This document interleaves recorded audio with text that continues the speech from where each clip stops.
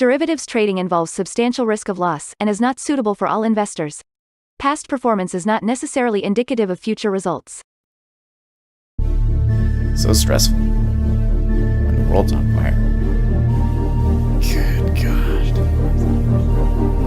I can't look at this, guys. Like, my strategy is you buy it and you hope that you got a good spot. Yeah, but we all think you're crazy. You don't fight this. No way. The markets are freaking out and you don't think that anything is wrong? Come back tomorrow and I'll lose it all. Should be fun. Good morning, everybody. Well, we did just have some news. I thought we didn't have anything, but I totally forgot about PC. So let's come over here, take a look at what we're looking at here. Now let's see here. Core PCE price index month over month, spot 4 versus a spot 3. Not particularly good, but it seems like that the treasury market is taking that in stride. Now for today, we have some massive imbalances coming in, particularly in the equity markets. We expect there to be quite a bit of stocks that have to be picked up by pension funds and so forth.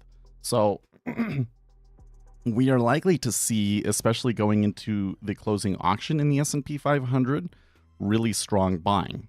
But until then, it might be a little bit mixed. And you can already see, well, okay, so here's the reaction to the news. The Treasury's kind of down a little bit, but are now moving up.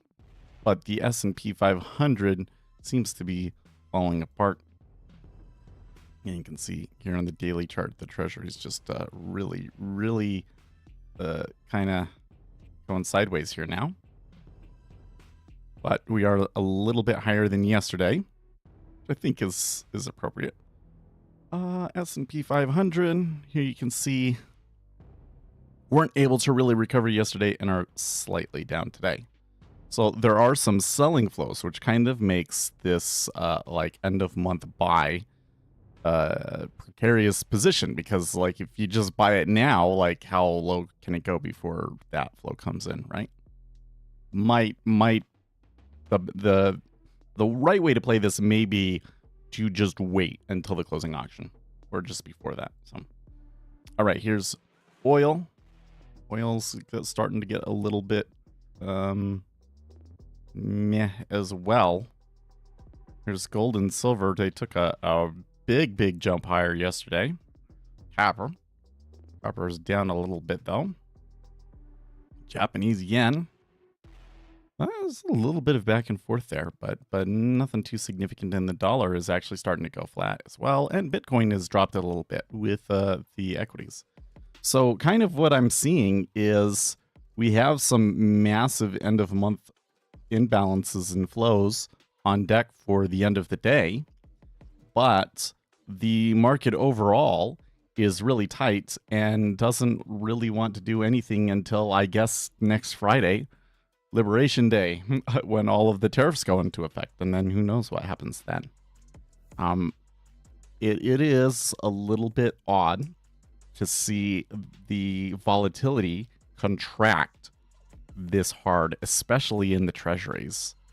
So not that the treasuries don't do that, but it's that the treasuries are doing that now, I think, is a little bit unusual.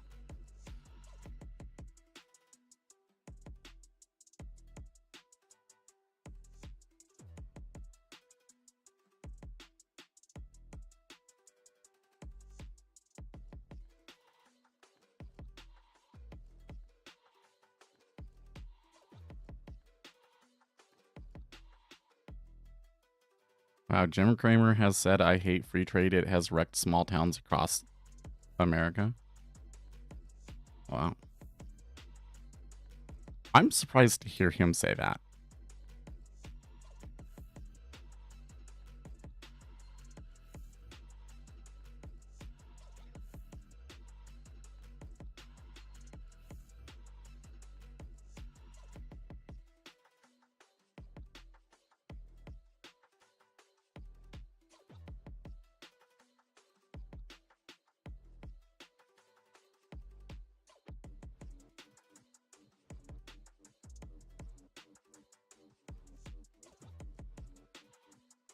Good morning, Uzi. Well, I'm kind of curious how long this can run here in the treasuries. We are right there at that line where they usually fizzle out. So I'm wondering if I'm missing something. U.S. personal income month over month spot 8 versus spot 4. Consumer spending spot 4 versus spot 5. No, I'm not quite sure why they're. I mean, I kind of suspect that they ignored the nose and then some other flow came through, but it's a little bit too strong for that.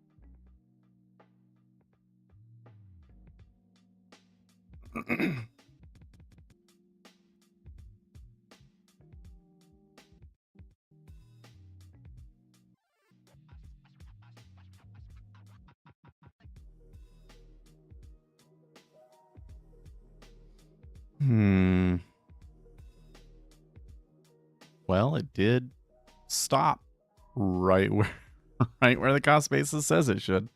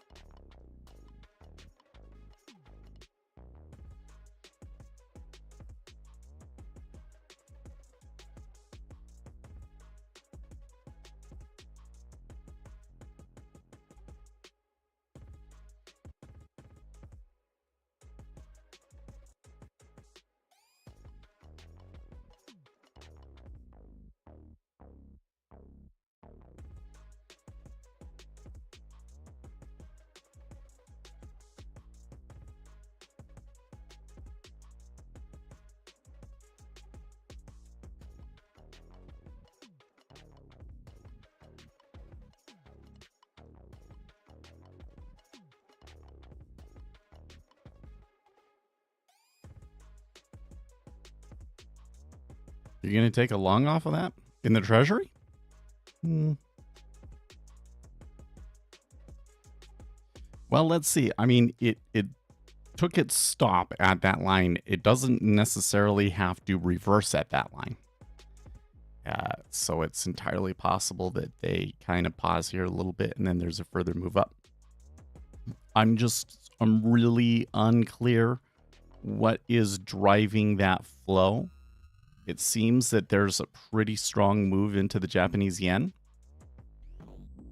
And everything that I can see here kind of suggests that it was because of the 8:30 news, and I don't see what was in there that would prompt buying in the treasuries.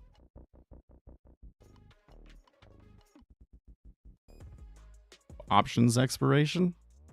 Perhaps. The thing though is that when we have a situation where it is like you have the news and they're waiting for the news, and then there's some flow that comes in after that, like basically it was always going to move up and they were just waiting for that news to get out of the way first before doing it. They usually don't start, like they like wait for 5 to 10 minutes first.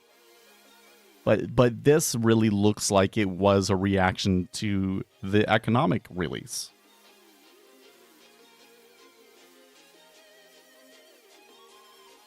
So I think that it's more likely that there's something in the release that is dovish that I am not seeing from the headline number that I'm getting.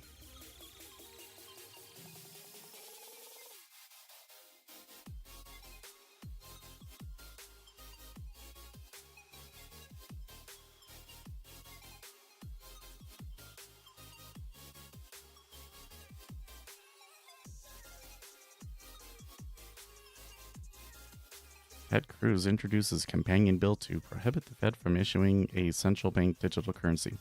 You know what really drives me crazy about the central bank digital currency? Not that I think that we should have a central bank digital currency.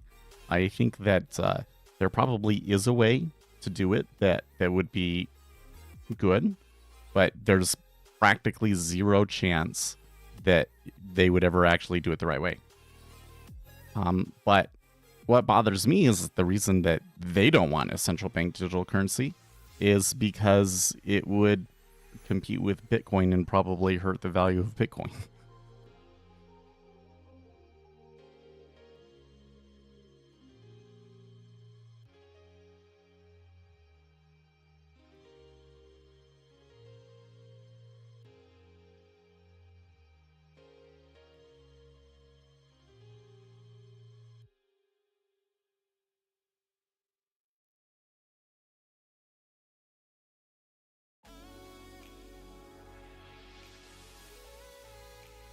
Oh geez, Zero Hedge has a story about the CIA document that was recently declassified that claims the Ark of the Covenant was located.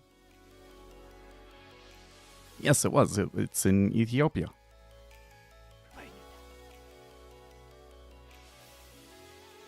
Oh yeah, no, this is the even worse one. It was located by a remote viewer.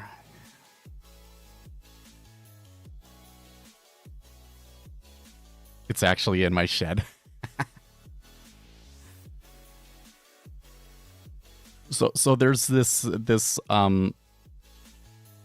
interesting Christian sect, I guess you could call it, in Ethiopia, I think it is, that claims to have the Ark of the Covenant, and I think they actually do have it.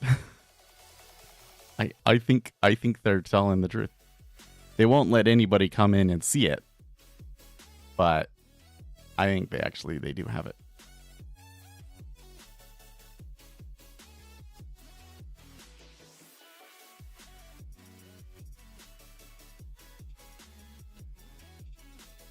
Well, there's this thing. I didn't expect it to be. It was a remote viewer. I had seen people talking about this, but I didn't know that it was a remote viewer bullshit.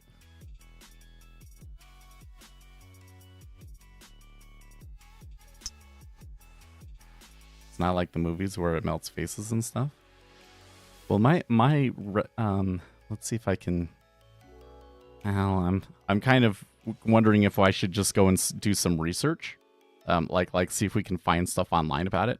But I have seen things where they talk about like the people that guard it, like die of unusual cancers and things. Like basically odd happenings that kind of suggest that it is highly radioactive.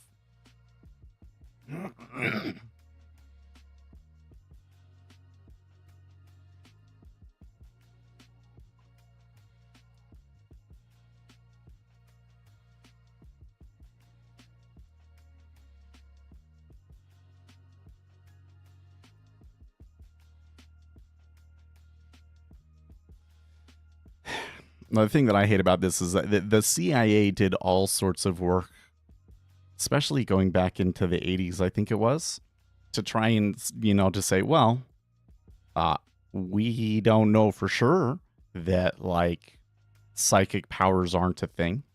So if they are a thing, let's see and try and prove it in everything. And everything that we get from that work suggests that it didn't work. But there's conspiracy theorists online that think that it did. So this is where you get these things where it's like they take these documents where they talk about remote viewing 100% seriously.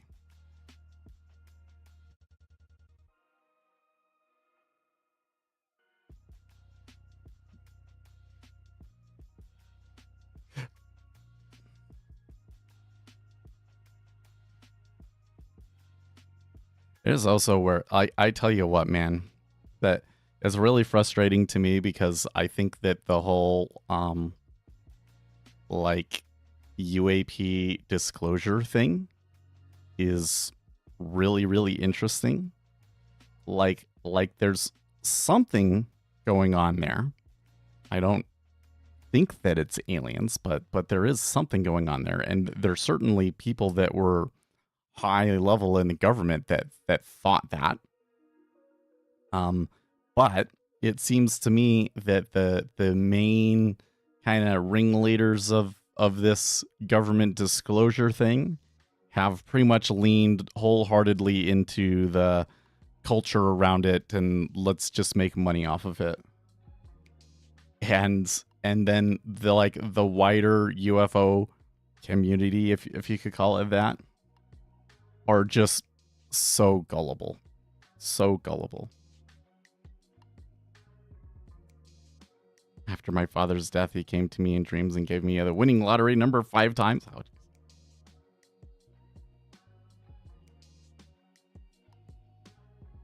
and then there's this, like, one of the things that's going on right now that I'm really, really like, how stupid are you people?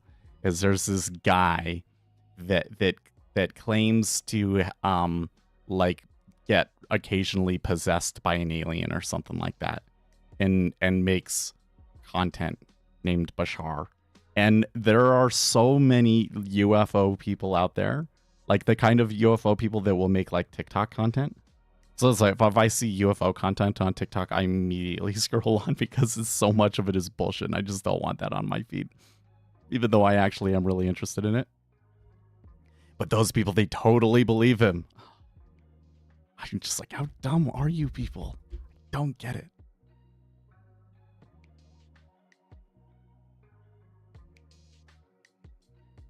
It's really frustrating to me because people will believe these just absolutely batshit crazy claims on zero evidence. But then you go and you tell them something about the world and the way society and the economy is structured that is 100% empirically proven, and they don't believe it. What the F is with that?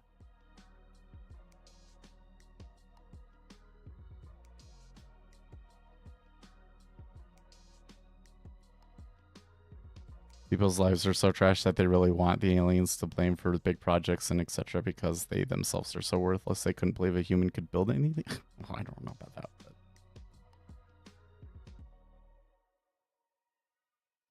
that is an interesting theme amongst that group, though, right? They're obsessed with the pyramids and stuff too, because we honestly don't know how they did it.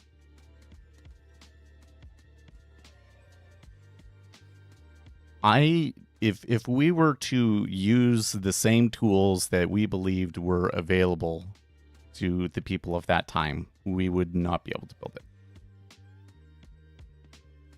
So they clearly had some sort of technology available to them that we are not aware of.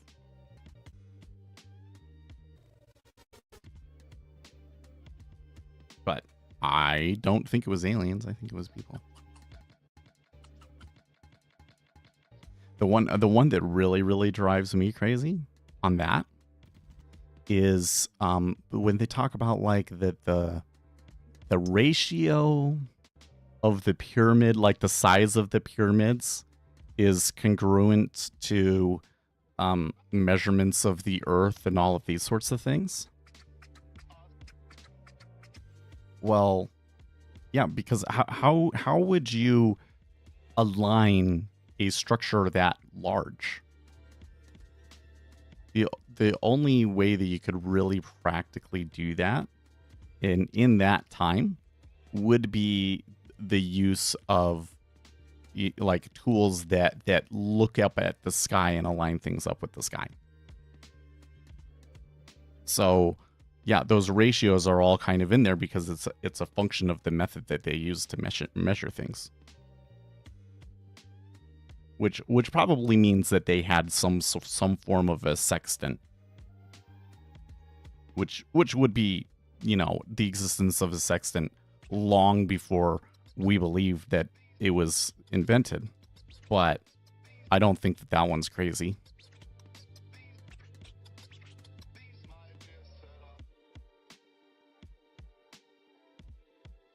Aliens also invented computer chips, geology, and anything that is too complicated and not just two wooden boards screwed together.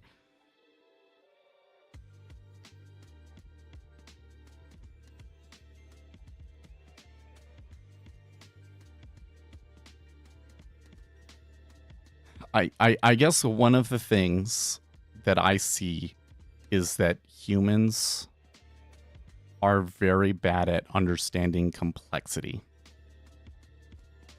That the more I look at it, and this is kind of more of a personal theory of mine, but the more that I look at it, the more that I see that the things that like the general public has a hard time believing and understanding, and that you tend to get the most pushback against, are actually functions of complexity. That there's so many tiny little interactions and things that are too numerous for us people, to our brains, to really analyze and understand. But the interaction of all of those tiny little things lead to emergent behavior. It's just like how do you get from strands of DNA into it creating a whole person, right? Well, there's so many complex interactions that can result from those simple rules. It is beyond our ability to really comprehend. And all we can really do is create tools to model those interactions in order to understand what's going on. Understand what's going on. We have to use our tools. We have to use computers to analyze it.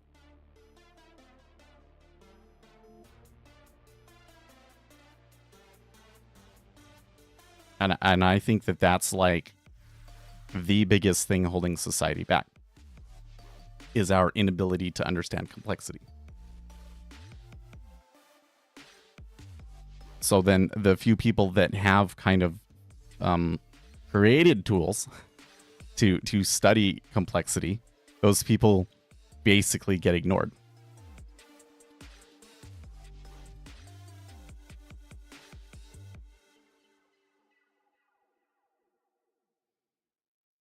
Live action is still talking, so I thought it was a joke, but maybe he's being serious now. So did you actually do it and win the lottery then? Did he come back and tell me what the next lottery number is going to be? I could appreciate that. Maybe, you know, well, Mia Love, she recently died. I didn't know her that well, but I worked on her first campaign.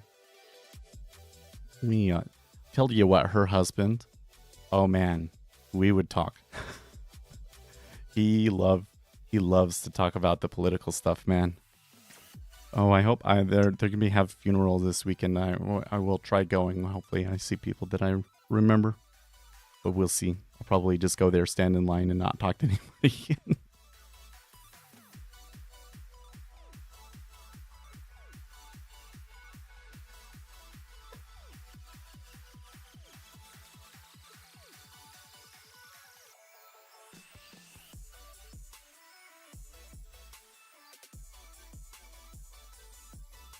You had it at the VWAP?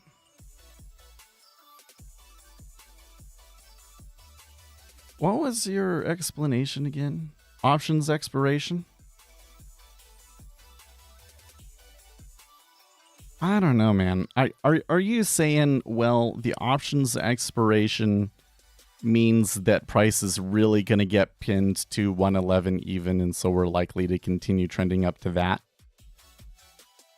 Because I have never really noticed a tendency for the price to end the week on a round number, you know?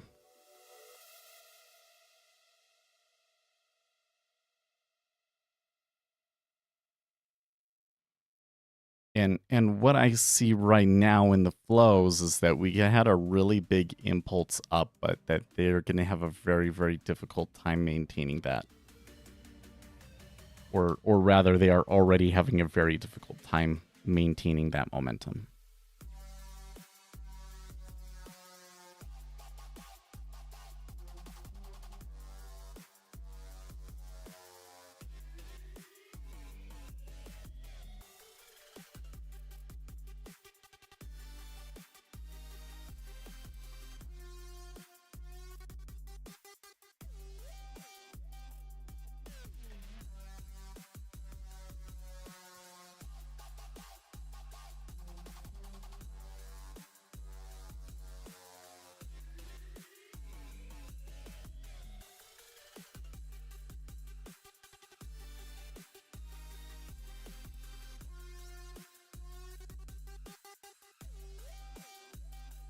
Okay, so let's read Zero Hedge's story on the core PCE to see if there's something in there that we're not catching. Fed's favorite inflation indicator, core PCE, printed hotter than expected in February, rising spot 4 month over month. Core PCE was higher than expected, and it might be hard to go lower from here because incomes are high and tariffs are coming, said David Russell, global head of market strategy at TradeStation. Why are they quoting guy at TradeStation? That's interesting.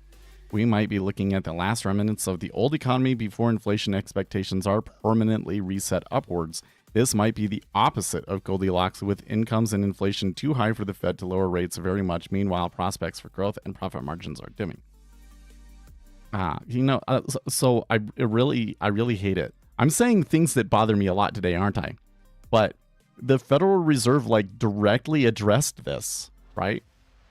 Well, increases from tariffs is transitory, so it doesn't make sense to raise interest rates to try and tame inflation on that, because all you're doing is creating unnecessary. It's not going to affect the inflation, and you're just creating unnecessary economic weakness.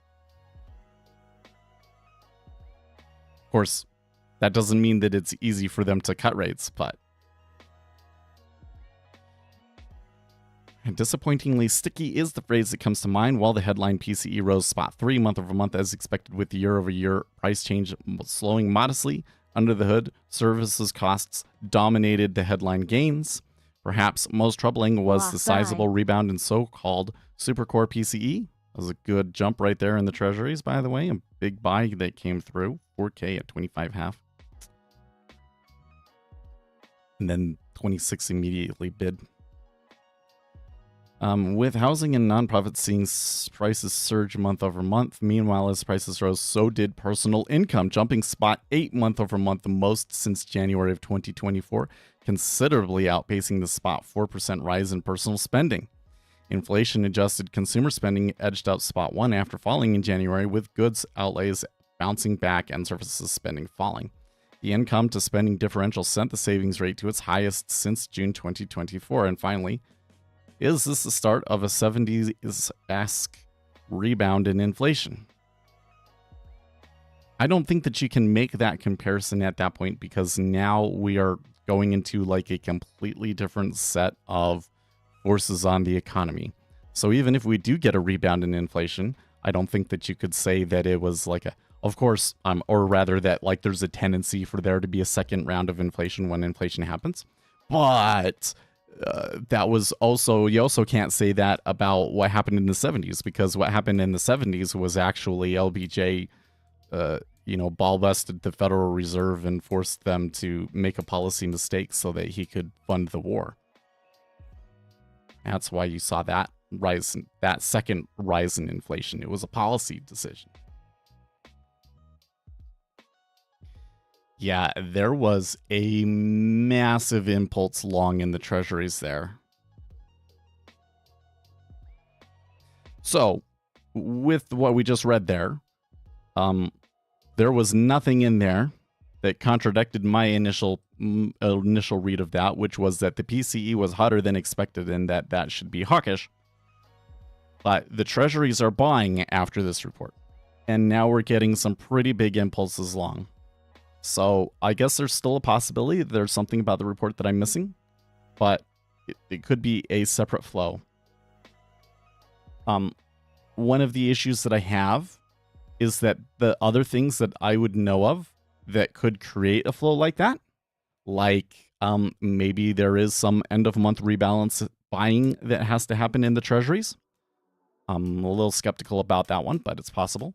Or like Octavius was talking about, options expiration and everything. That is not something that I would expect somebody to slam through a 4K order on. Robot on, thank you. Now you need to say it earlier. Because that might have, probably would have. Well, let's see. I'm going to bet that impulse probably would not have triggered the robot, because it was too oh no, it would have triggered it at 26. I was gonna say, you only got one data point within the window that's actually high, but it was so large that it does push it over the line.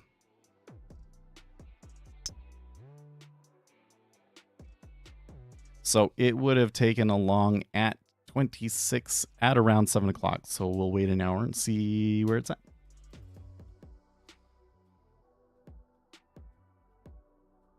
Now, let's watch the possible better entry signal that I theorized, right? Remember I was saying, like, okay, maybe you wait until you get a signal that says there's like a clear imbalance going on today. But instead of just buying it as soon as you see the imbalance and waiting an hour, what if you wait for the market order imbalance to come back to 50 first, and then you buy it at 50? So let's keep an eye out for that opportunity.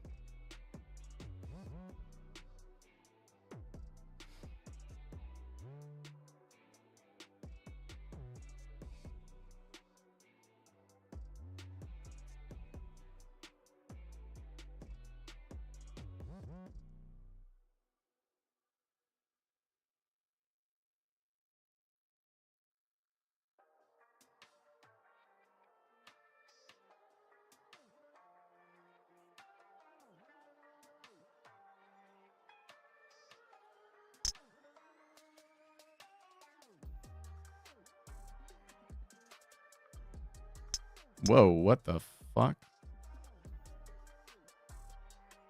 Whoa. Oh, wait, do I not have my... I know, I'm just not hearing anything. We're almost certainly going to see a headline come across here.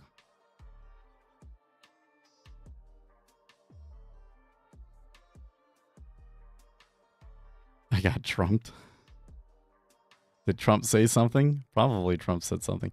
I wonder if this is a situation where you flip it, where it goes for a flip. No, the S&P 500 is buying.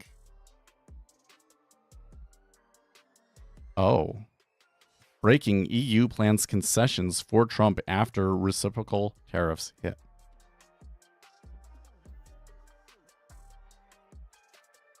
I don't think that that's to sell the treasuries. Hmm.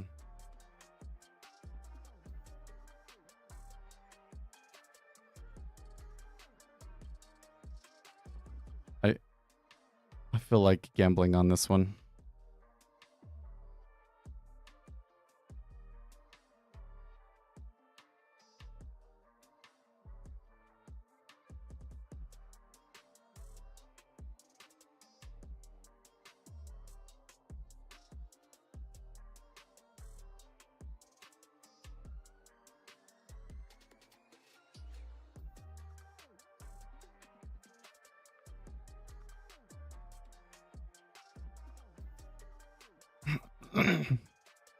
There's actually a lot of back and forth here at 25-ish now.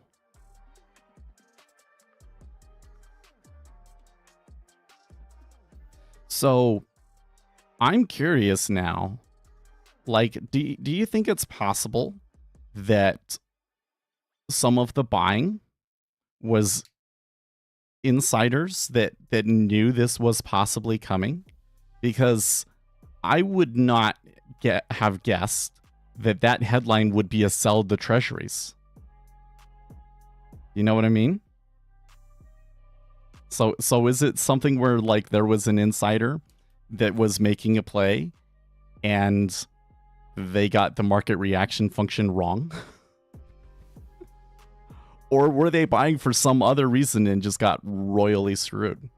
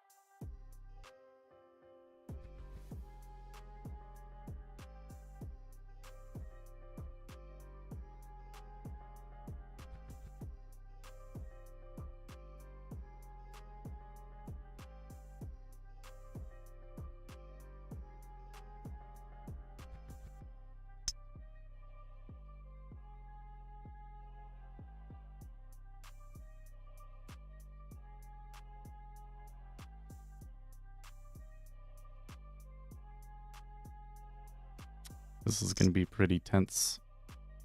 Okay, so they lost 24.5. I think I will put a volume stop there.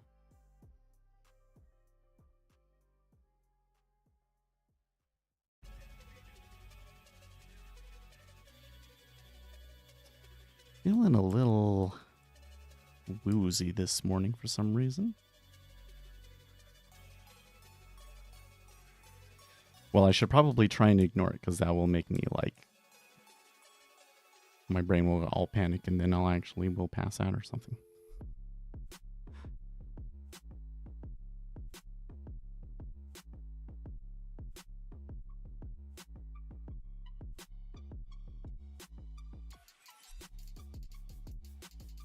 When it was up there at 26, I was kind of thinking about taking it off and then letting it come back and seeing if I could play that range again, but I missed that opportunity.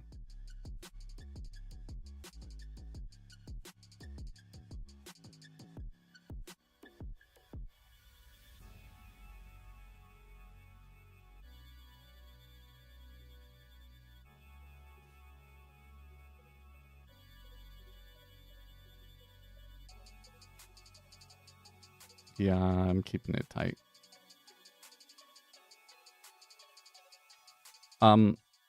Not necessarily in this case because I don't believe in the trade or like I have some sort of, I mean, normally I should be like adding more contracts because with the experiment that I'm doing, You know, if I make 125, that would be, you know, like a drop in the bucket, right? Oof. Okay. But I think that normally speaking, this is quite a bit of a gamble. So it's scratched. That's good.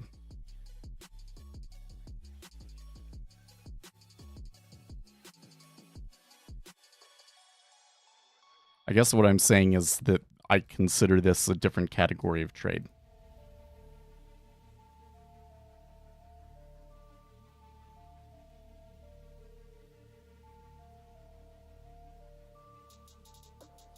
And it's a category of trade that have kind of led to some of the biggest losses. So I've decided to just hold it tighter.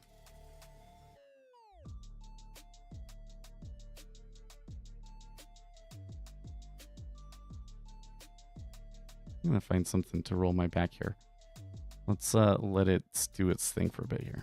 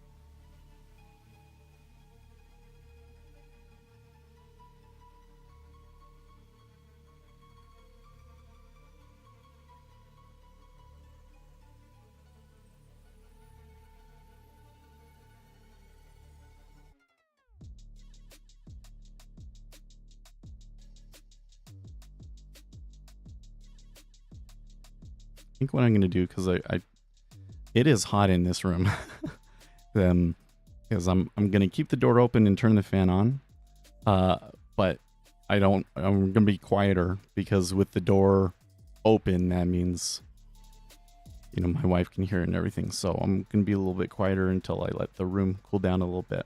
We'll give it like 5 minutes, should be enough.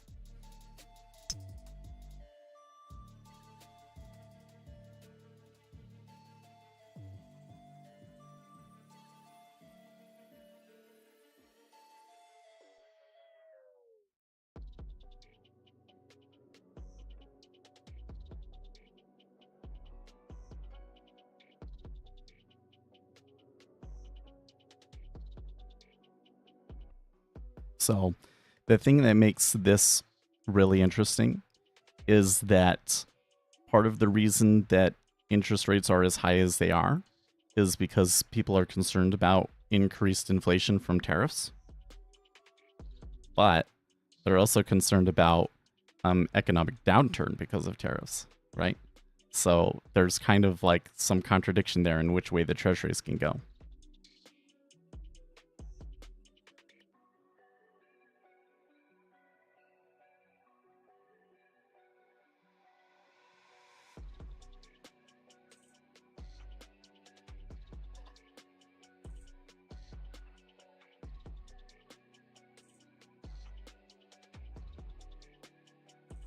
Maybe I'm feeling weird because of what I ate, because one of the eggs was kind of like a double egg.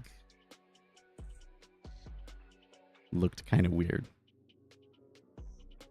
Like there was 2 yolks, but the second yolk was kind of small and weird looking.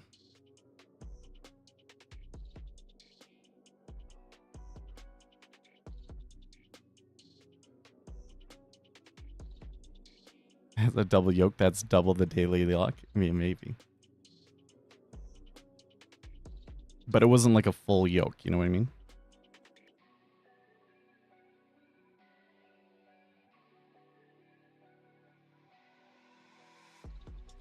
Plus, I don't really feel like I would expect to feel if my stomach was upset.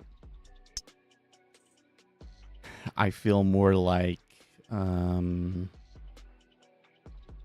a blood sugar problem. Oh, you know what it could be? It could be that I ate something too sugary before I went to bed last night.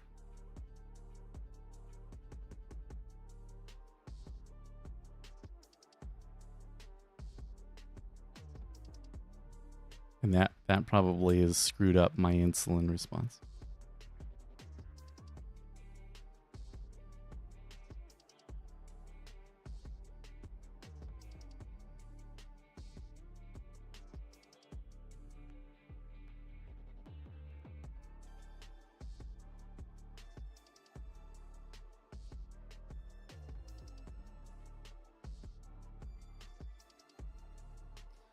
Okay, now it's doing what I wanted it to do. Well, not quite, because this is where it was, isn't it?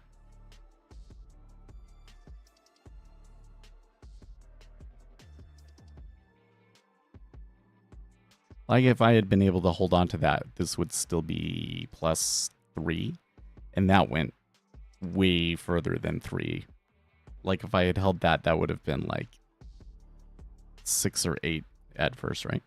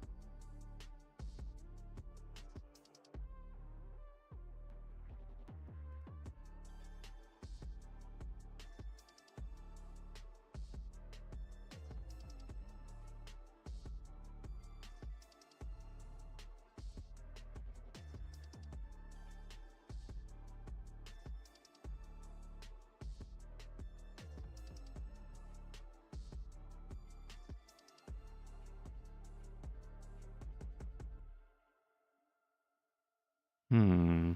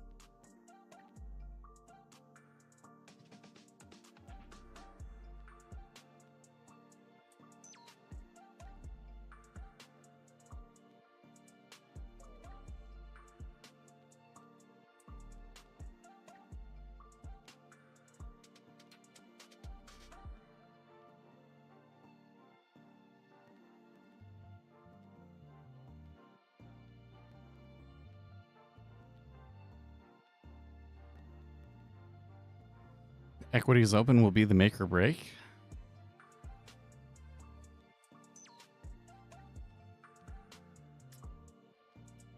No.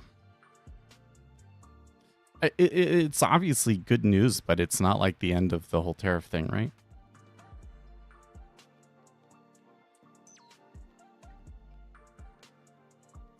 So I kind of expect things to be complicated. Okay, so by the way, I was saying, okay, we want it to come back to 50. So that would have been probably somewhere around 24.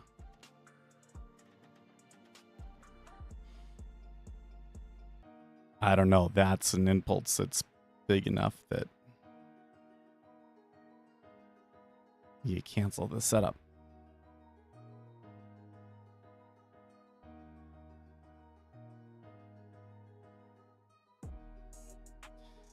But it's kind of an unusual happening. It's not really the happening that we're trying to capture with the possible setup that we're programming. But it's good to see that happen and see, you know, how would it have reacted? Well, it looks like in this case, you would have had a lot of unfavorable excursion against it, but it would be working out so far.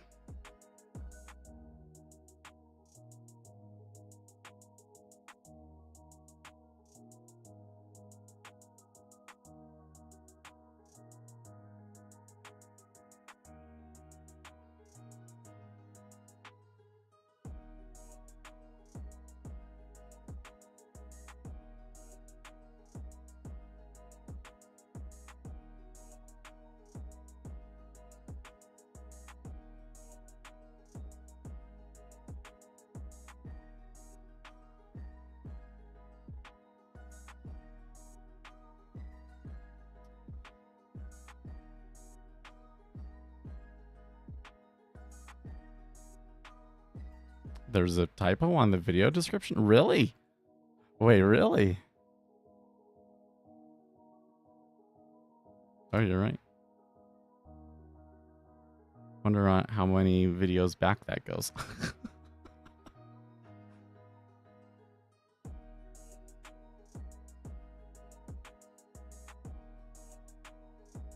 Nope, it's not for tweaking. It's just the way that the NinjaTrader licensing works is that when you purchase it, you give me your NinjaTrader machine ID, and then I can see all of the people that have installed the indicator in the NinjaTrader licensing thing. I don't know what they call it. Component, whatever. And I find you and I turn it on. So it will work for 2 weeks and then stop otherwise. Which also means, by the way, that like if you try it for 2 weeks and you're kind of like, now's not the time, and then, you know, a year later you come back and you're like, oh, this time I'm more serious and I really want to use sets indicators, I can give you another 2-week trial. Or, you know, I release a new feature and you want to try that or something like that.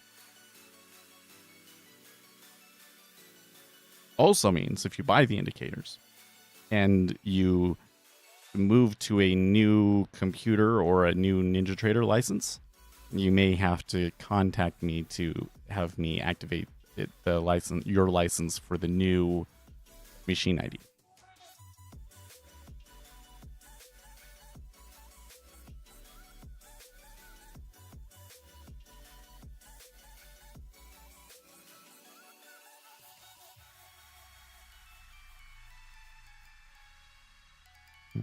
So kind of thinking about maybe starting some of these other programming projects today, but we're definitely too involved now for that. Oh, this is going to be interesting if they bust new high. I'm interested to see if beyond 27.5 if there's some stop orders.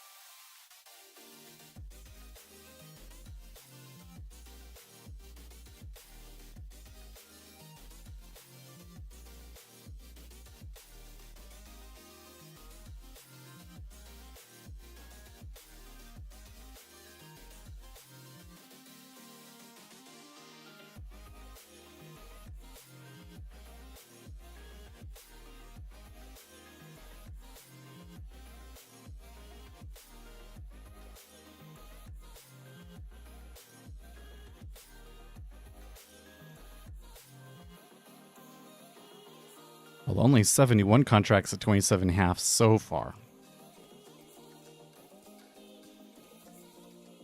There's a big old gap down on the S&P. Yeah. So the way that you should trade this on S&P, I'm really interested to see how this ends up playing out, because I very strongly believe that you should see a very strong imbalance in favor of longs going into the close today in the S&P 500. But how you play that, given all of the other volatility that we've got going on, is anybody's guess.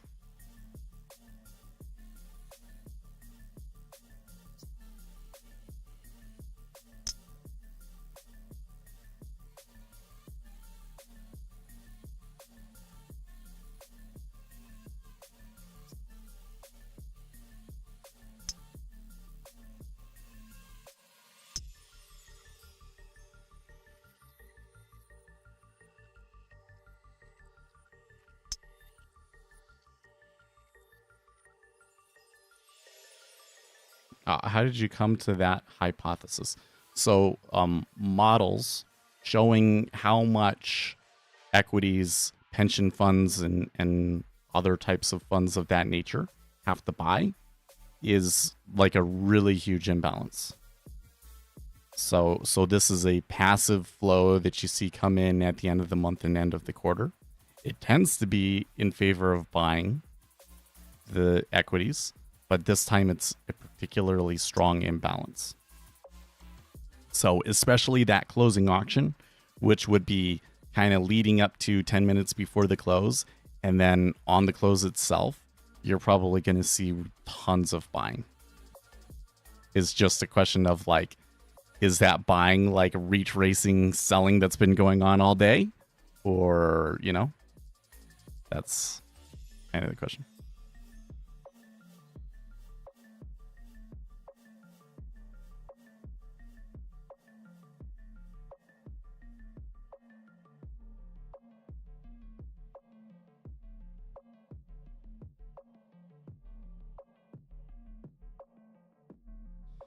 You get that? Well, so Zero Hedge has been posting about it a bit, but there's many other sources that post this sort of stuff.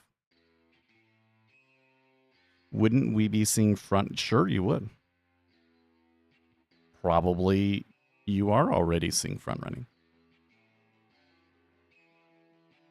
But here's the thing. Those pension funds, they have to buy. It doesn't matter how high it goes. They still have to buy. You see what I mean? So it's a situation where you can front run it, but you can't possibly price it in, right? Because they're going to buy no matter what. And when they buy, they will have an impact.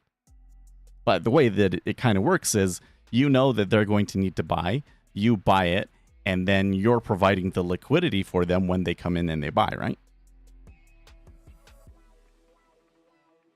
Because that's the other mistake that people would make, is they go, oh, well, they're buying, I buy it, it moves things up, and then you hold on to it. Well, you hold on to it until after the flow has come through. Usually what happens is it comes back after that. So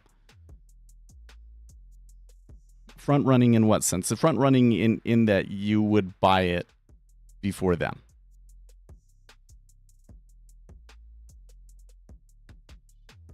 It's too little for now. Well, for this morning session, it probably is too. It's not a major factor right now. I mean, that's the whole issue, is gaming out the optimal way to take advantage of that. Might be better to just only worry about it when we get to like the last 30 minutes of the session.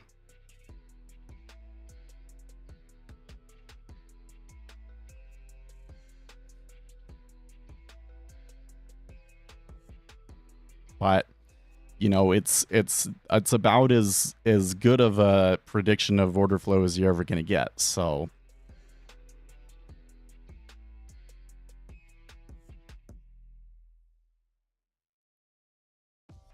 joining your Patreon. Oh, you know what? I still have the Patreon, because the Patreon is kind of defunct now. You know what? Let's come back and look at my description here.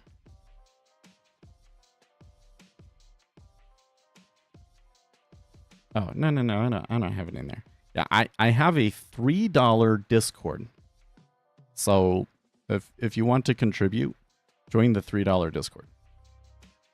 Yeah.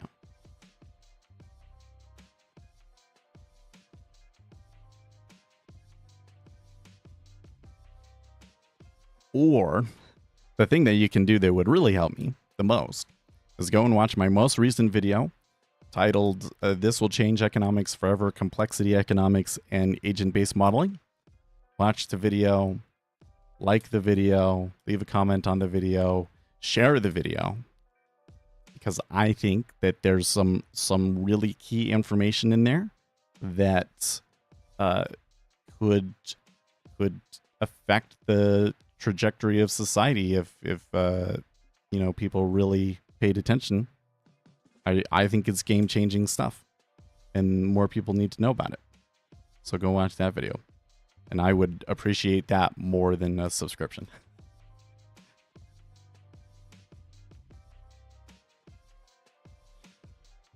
Just the basic concept that new buyers plus trap sellers exiting creates more force than new buyers only should provide enough edge to be profitable. I don't know about that. I mean,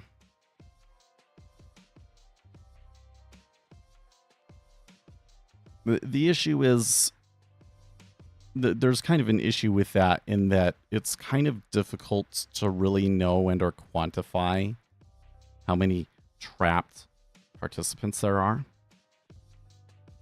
But like the thing is that if you look at where's my pen?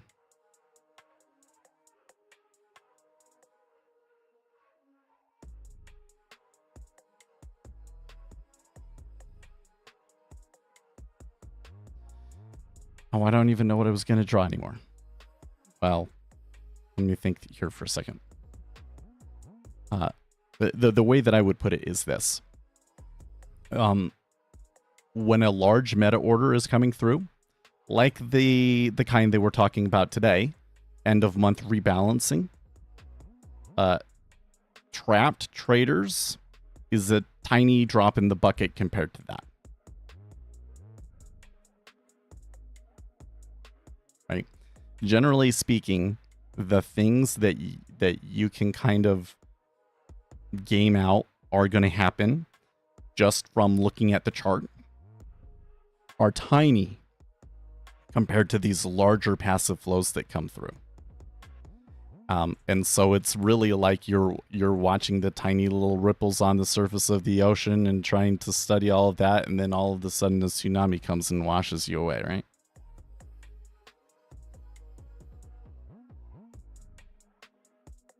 Like, it's not like there's not something there. Yeah, trap traders can happen. They can help you.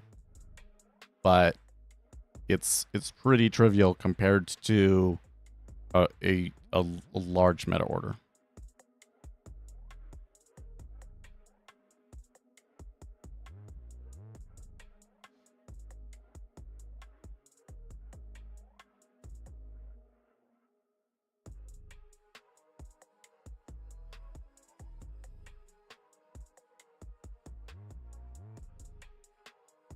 $10K sellers trapped at 24.5, $13K buyers trapped at 25.5. What's the edge? That's a good point, Octavius. That there's some people that kind of got trapped from the big move up, and there's some people that kind of got trapped from the big move down. And which one is going to win? The bet that I was trying to make when I made the play was that move down was a temporary move caused by the news. So a flow that's probably not going to be persistent, and one where I think you can kind of argue it should be long treasuries or it should be short treasuries. And so my thinking was that the large meta order that we've been seeing long will eventually win out. And so far, that appears to be the case. But it's too early probably too early to say conclusively. Let's wait for, this one where we bought because we were seeing that imbalance at 7:05. So let's give it another 25 minutes before we make a conclusion.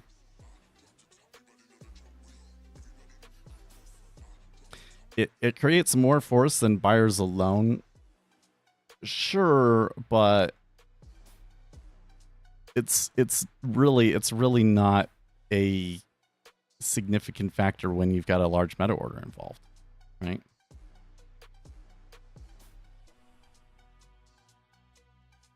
So like another way of putting this would be when you've got a large meta order coming through like that, what percentage of the time is there also some trapped traders as well?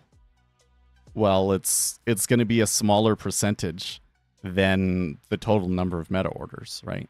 So by filtering only for the situations where there's trapped traders, you are just reducing the number of trades and not really improving your hit rate.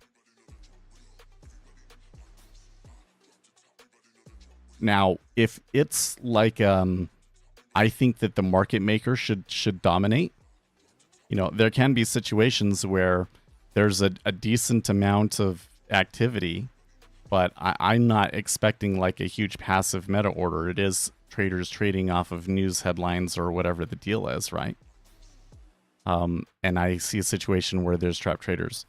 I'm definitely go for that because those can be some of your best trades, right? But filtering just for when that situation happens, you're filtering too much.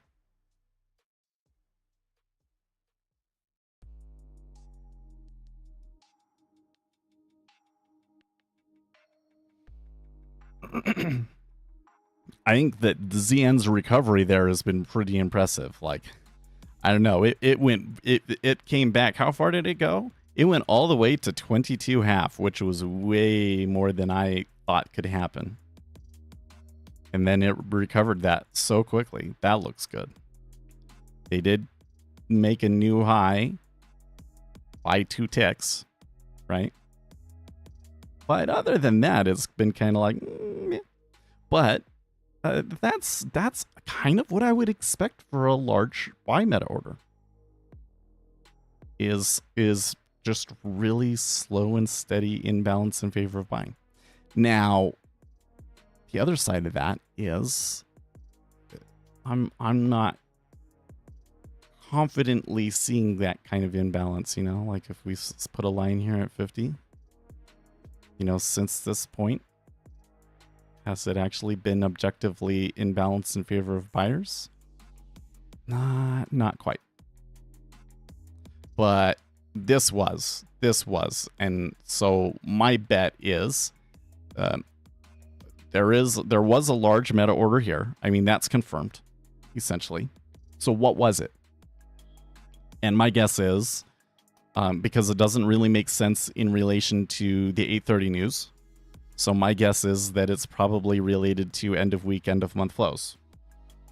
Ergo, that's something that probably continues all day.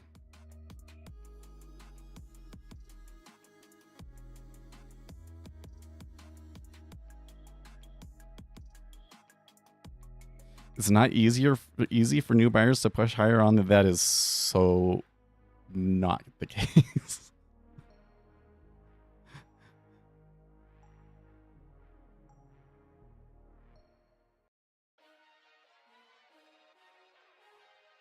See, this is where, again, where did we get these ideas from, right? They're just kind of assumptions that we've made ourselves or that other retail traders have told us or things like that. I'm just telling you, pension funds coming in at the end of the quarter or a sovereign wealth coming in and buying things is orders of magnitude larger than any kind of imbalance created by trap traders, okay? The trap traders thing really only matters when there's not a large meta order in the market and the market maker is in charge. Which is definitely not the case today.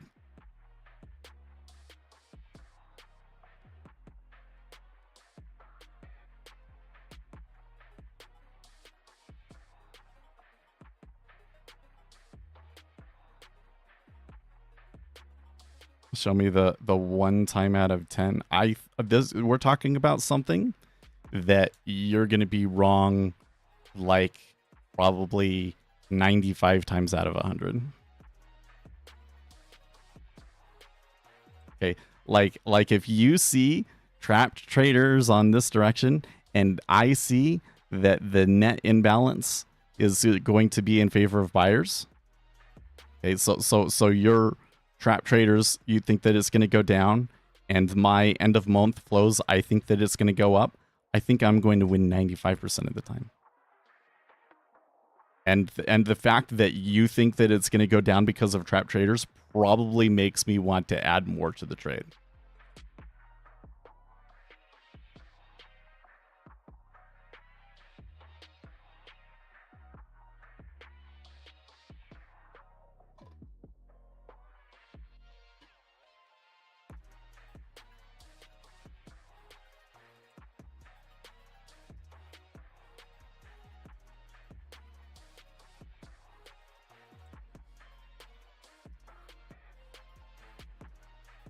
This particular setup I think is really interesting because, most of the time we can kind of guess what the imbalance is going to be and everything, but there's a lot of uncertainty behind it.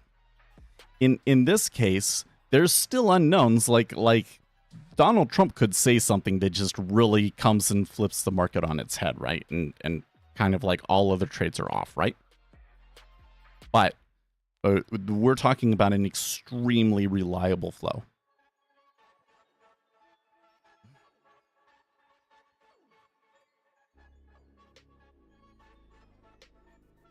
You short every all-time high. So did you short this? Because then I think you lost.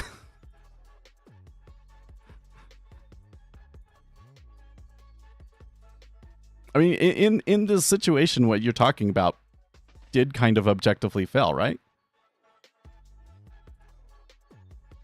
Okay. The meta order was long for the day, and then we had this thing. We had this little drop, and you would say, oh, that's trap traders now. Well, it was temporarily, but then what happened? The meta order long is winning out, I think. Well, we're not necessarily seeing a clear imbalance in the 10-year, unfortunately. Do we see it on the other ones? Oh, yep, we see it over here in the 2-year. Right? Now, of course, we're all talking treasuries. The imbalance that I'm seeing, that I'm predicting for the end of the session today, is in equities, not treasuries. But there's clearly something happening in treasuries today that we're not aware of. That's long. And one that I think will probably continue to be there. I don't know what it is, but based on the range of possibilities and everything, it's one that's highly likely to continue having legs.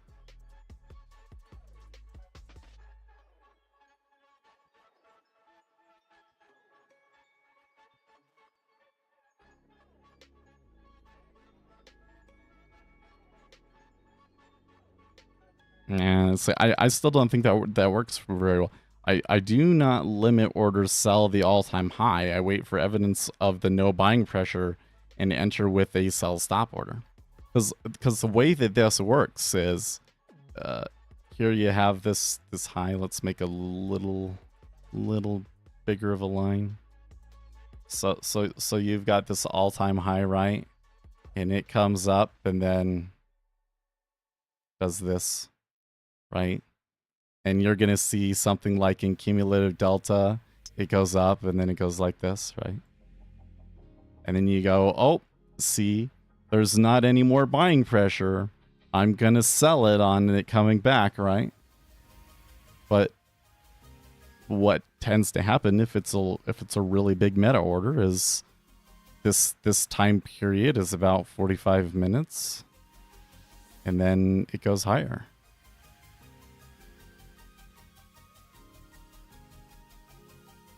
Now, you can't, the split side of that is you can't say if it does this, I should buy it.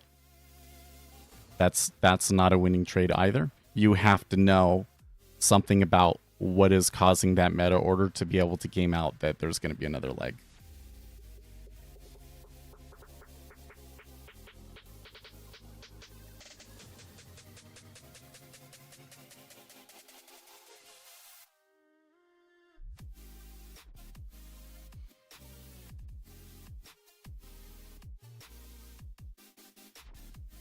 Well, so one of the things that I am seeing, because we were kind of tracking a couple of different things here, right? First one was our robots entry, which unfortunately I didn't start it early enough, but the backtester is saying that it would have entered at 26, and it should keep it for an hour. So we've still got a good 15 minutes on that. And then we were also checking for, do you get a good trade if you wait for it to come back to the 50 first? So we're already kind of done with that one. Then there was also my kind of gamble on the news release saying that they were going to eventually push higher. I think I was correct on that one, but there was too much adverse excursion for me. I scratched it. That's okay. But I'm still feel pretty good about it. Like I when that happened, I was kind of like, oh, I think I got this one wrong.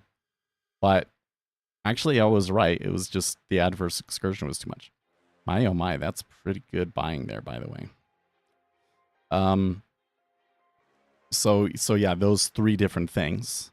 But now we're still just mostly just tracking the, this robots entry signal. And the thing that I'm concerned about with my robots entry signal is that we are getting a pretty strong impulse coming through again.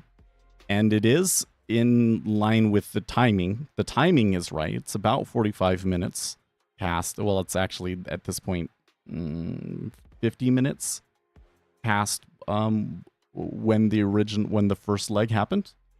Okay. But I'm concerned that you're going to get the pullback.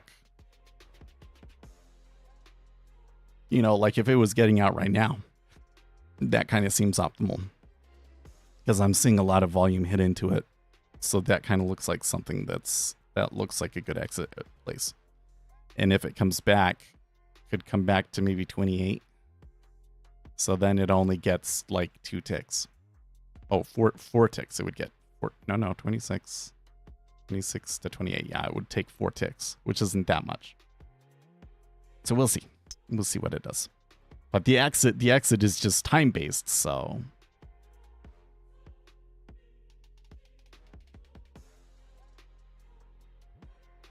it's kind of interesting. It hasn't taken any trades all week. But so far, since we've been live testing this, the hit rate on it has been incredibly good.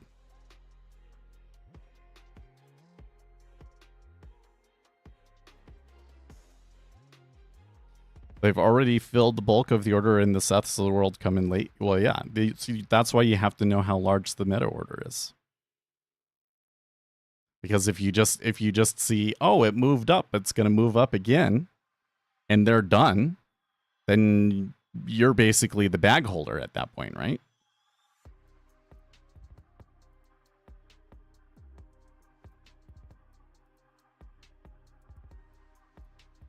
Well, we know, okay, there was some headline news.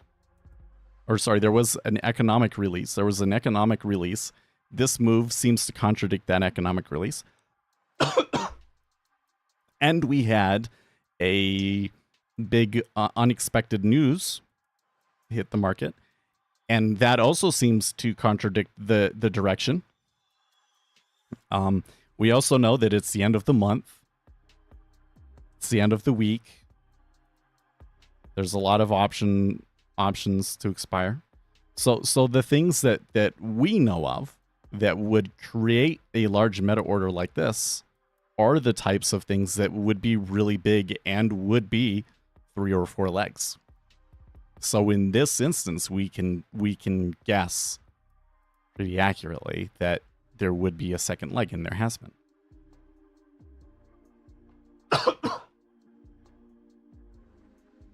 Do you think SPY will drag down for the possible rally?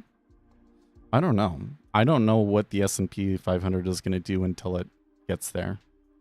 Unfortunately, the issue with the S&P is that there are so many flows involved that it's beyond Block me. sell. I can't really predict that one, right? The treasuries, because it's a larger instrument and other things about it, there are more reliable flows.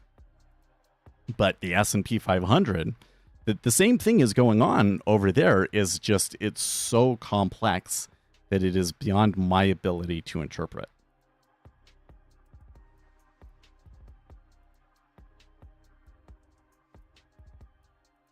Yeah, well, your delta showing a meta order is faulty. Well, I theoretically speaking, Lloyd, theoretically speaking, the algorithm's approach to trading this should not work very well. That's kind of why I keep being really surprised about it, right? Is that the hit rate on it right now is incredibly good. It may be the market regime that we're in because of the trade wars and all of that sort of stuff. We're getting situations where it gets triggered often, and those triggers are really good signals. But I would not expect it. I would expect it to be okay, but not amazing. And it's doing amazing right now, right? So if you as a discretionary trader are coming in and you're just watching cumulative delta, and specifically you're watching cumulative delta for this kind of like really consistent imbalance, right? Then by the time that you see the imbalance and you get in, that's very often going to be where that leg ends, right? So then you either have to hold it through the mean reversion period and wait for the next leg, or if there isn't a next leg, you get caught bag holding, right? But we are not just watching delta, right? We are not trying to predict the market strictly using information generated by the market. We have a predictor. We have something that tells us an imbalance is going to happen long before you ever see it. So if we are already expecting an imbalance, then I don't need as much information to confirm that that's what's happening, right? So normally you would sit down and you would say, okay, here is price, and here is, well, actually maybe let's do something a little more like it's kind of like this, right? And you're looking at cumulative delta is kind of consistently going up, and you say, oh, okay, this is clearly a meta order. And then like what usually happens is that, right? And you're stuck. But that's not what we're doing.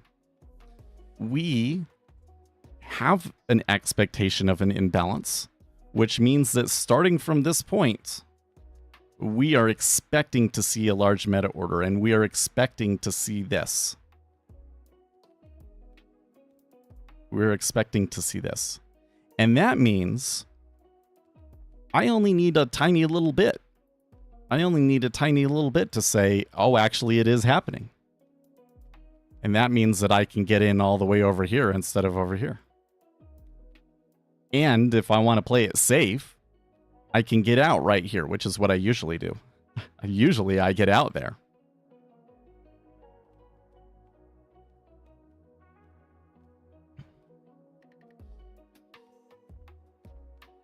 Right. And if one enters off delta, how do you know there is more to fill? We have to utilize our knowledge of the markets outside of what the market generated data is.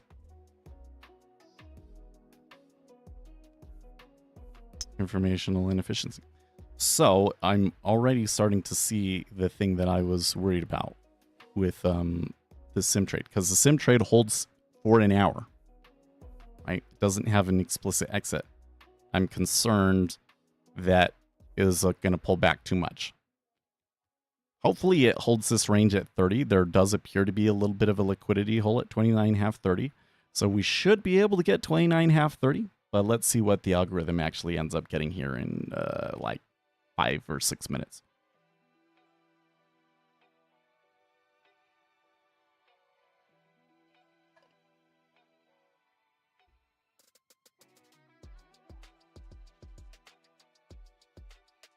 Should make sure my Bluetooth is off. Although I don't think my wife leaves until after we're done streaming, so.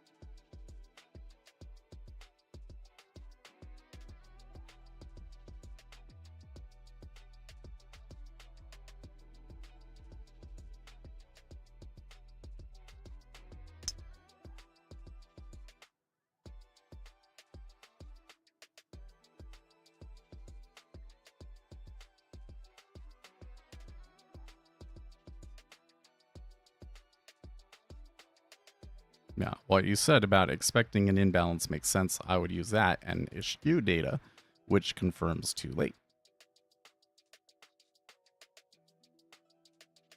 And in that framework, we're really using the data as confirmation, right? That proves to me that the thing I expected to happen is happening. If I get in and I don't see that, then I also get out. Because then it says, oh, the meta order's not coming. Or if I'm seeing flows directly contradictory to that, I'm wrong. Or at least I got the timing of it wrong.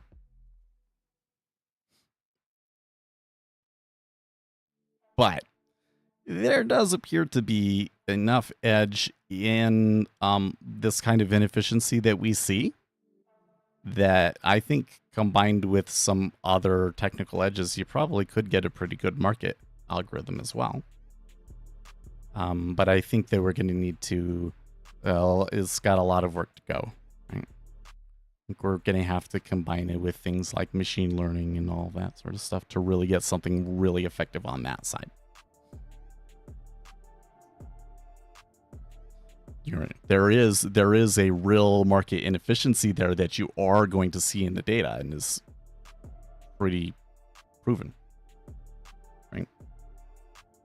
And I guess this is the kind of the thing is, again, you kind of go back to the like, what is the mesosphere description of what's going on here? Because orders have strong impact, technical statistical inefficiencies are very, very easy to take out of the market. And there's not as much informational value in the movement of price itself because all trades have impact regardless of the informational content behind them. So you get a market that is very statistically efficient, but not very informationally efficient.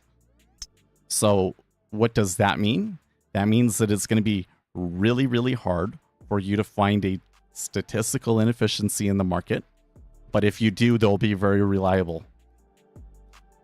You as a retail trader, not very practical for you to find one. And to find one that is based purely on like a 1 minute price chart, I really don't think it exists anymore. I really don't. But informational inefficiency, it's everywhere. It's abundant. It's all over the place. It's so much so that we can't see it. Because it's kind of like, because it's chaos to us, right? But the problem is trading off of those informational inefficiencies might not be as reliable. That's the challenge you have on that side. is, well, if the market's not pricing that in now, why are they going to price it in the future? But there's a couple of narrow cases that will kind of solve this conundrum. One is when we really directly know a certain entity is going to buy or sell, like the Federal Reserve has told us that they're going to buy or sell, or we know how all of the pension funds work and what they have to do to meet their financial obligations, like the end of month rebalancing, right? Then we're able to, we have something that's very clear about timing of it as well, right? And then you can get really, really good trades. And there's a large amount of circumstantial evidence that suggests to me that this is what a lot of these hedge funds out there, these algorithmic hedge funds, like Renaissance Technology, that's what they're actually doing. Is they're purchasing more detailed order flow data that identifies participants and is sorting out how those different participants work, and then predicting what they will do in the market and front running them.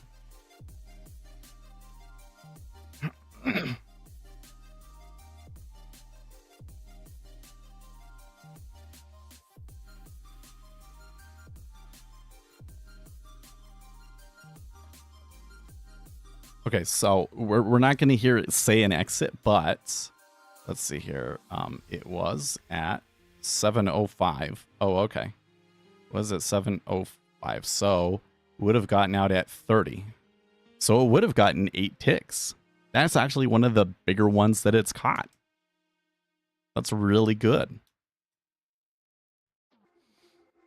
So how should we approach this? Well, I think I already said, hey, we need to make it like optimize the order entry. So I think we should at least do that. But like, and there's this other thing, which is like, I wanted to test what it's going to do going into like the rollover. But this time we had the rollover period and it didn't affect things. So maybe that theory is wrong. We'll need a lot more data, but I mean, it would probably take a couple of years for us to get enough data to really conclusively make a determination on that one. So I'm wondering if it's getting close to where we should just throw it on a combine. Well, I don't know. I'd have to be one that allows trading treasuries and allows us to leverage up appropriately in the 10-year. Because I don't know 3 contracts on that is enough. Well, maybe. I think it could still pass in a month. Let's see. I know you said SPY is extremely complex, but is it likely that if SPY drops quite a bit early on, that the sovereign wealth / pension funds that must buy enter earlier on the dip? Because this is a pretty gnarly sell-off in the SPY. Not exactly. So the way that it works is this, GK.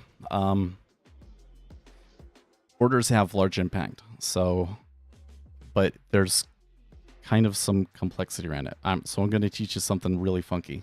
Okay. If I want, what is the impact of a meta order of size Q?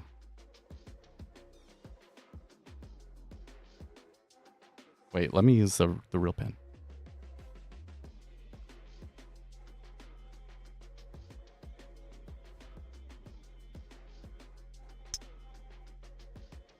Well, there's been a lot of research on this, and it's something like this.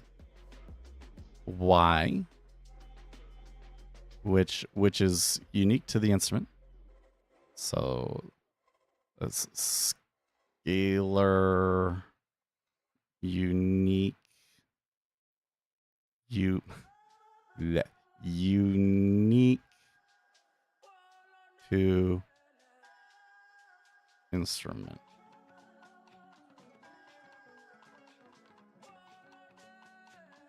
Omega,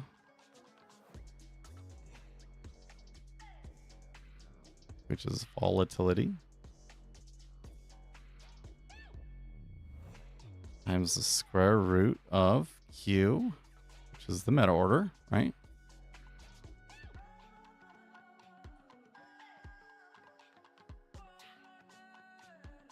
Over V.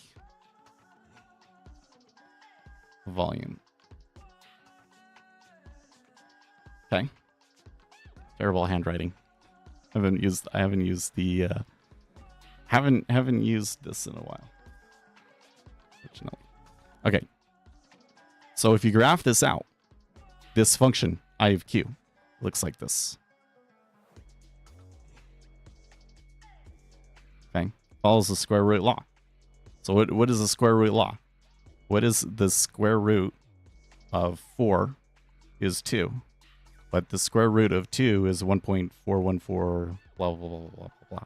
So it's basically saying like if I have meta order Q and it goes yay far, and then I have meta order 2Q, which is twice as much, it doesn't go twice as far, it goes 1.4141 blah blah blah blah blah times as far, right?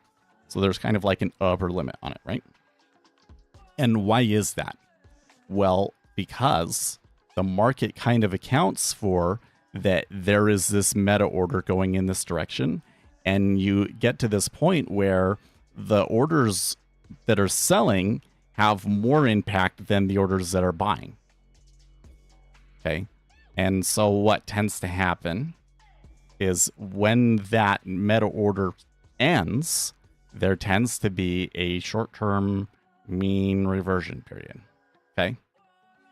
This mean reversion period can be represented using a similar formula, but instead of a square root, it's to the 3/5, like that. I don't know if you can see that very well.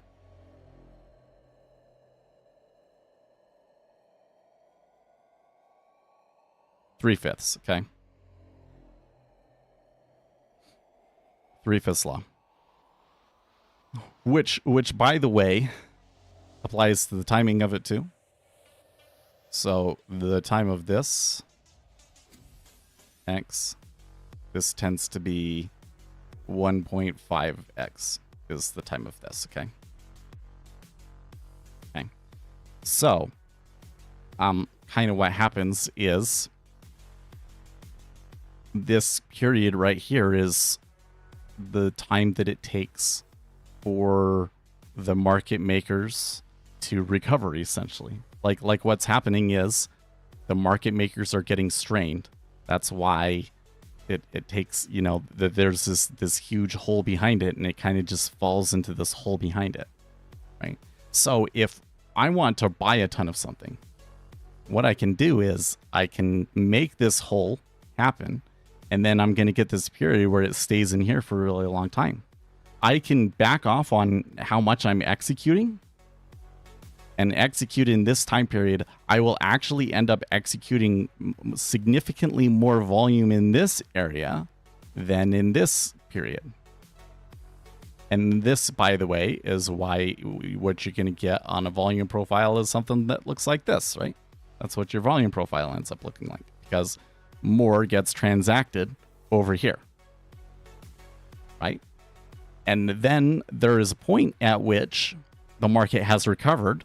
Then it makes sense for me to do this again. Fair enough? Okay.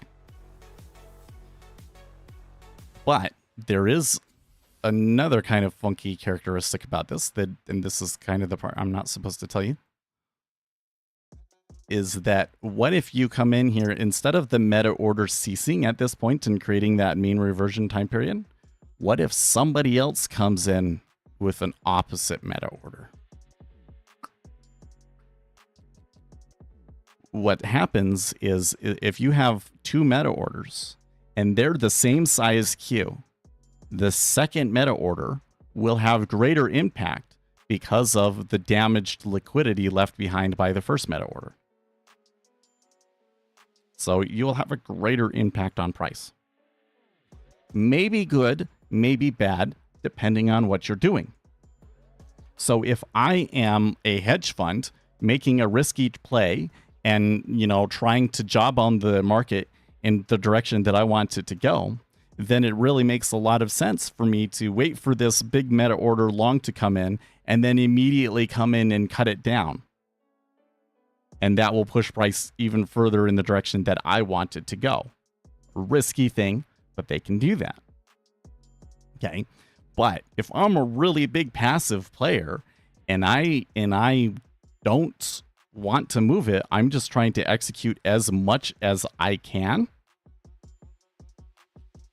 then I don't want to do this. I don't want to do this. So for the S&P 500, we're having this big move down, right? It kind of makes sense for the guy that's going to buy to wait and let the market liquidity recover before trying to buy it. That makes sense?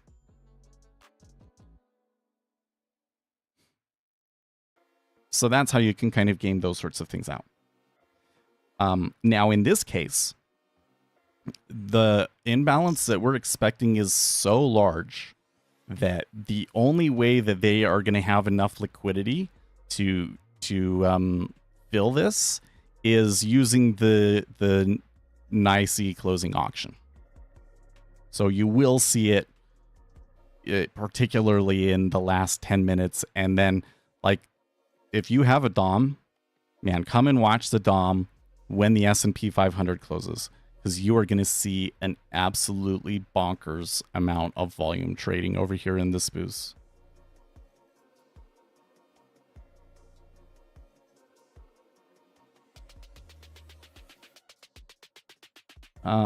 Equal opposing order having more impact. That's what creates the most V bottom shapes on a chart. Yeah.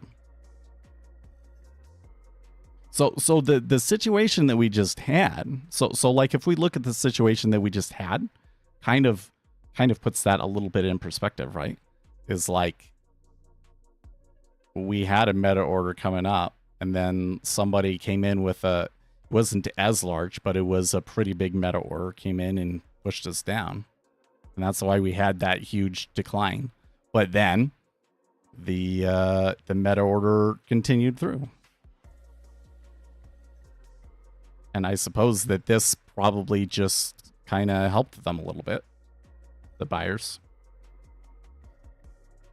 But that's why you get this, it's like such a sharp turn, and then I guess another meta order going long again, you get a sharp turn. Although this one wasn't such a sharp turn, it kind of did this a little bit, and then it went, you know, then it accelerated. So you might also get some degree of, hey, here's this, and here's the mean reversion period, right? But then they came in and pushed it down. It comes back, it kind of gravitates back towards this area, because that's the area where supply and demand are at their minimum. Wow, this is really pushing through now.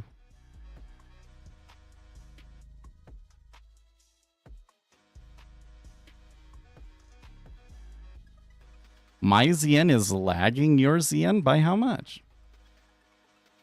Well, I mean, it should be by at least 5 seconds, but...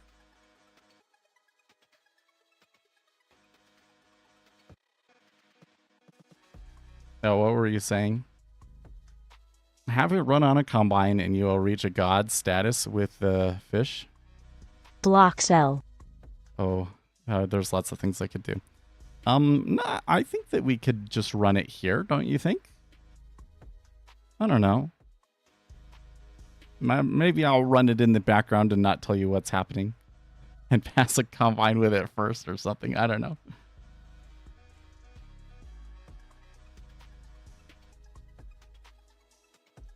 The problem is, again, it's outperforming what I would expect. Like, it's outperforming what the back tests said.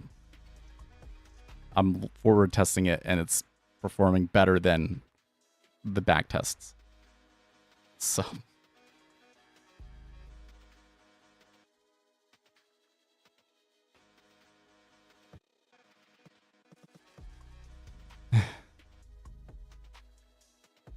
No, that's not true. That's not what it is, Uzi. It's that Seth has 50 ideas and only has the time and ability to do 2. Right. And so for the last 6 months, the 2 that Seth chose to do was to make more videos and to improve the quality of the NinjaTrader indicators. Right? Okay. I did that for 6 months. I'm pretty proud. I was very, very productive. Now we can come back and we can pick up a different 2. What should those 2 be? Right? Well, I don't actually think that one of them is this algorithm, just because I don't think that the amount of time that I'm going to put into this algorithm to do what I want is that much. So this one probably happens no matter what, but it's going to be slow going. It takes a lot of time. It's going to be slow going. Right now, based on the feedback that you guys have given me, the effort is going to go into starting my own platform.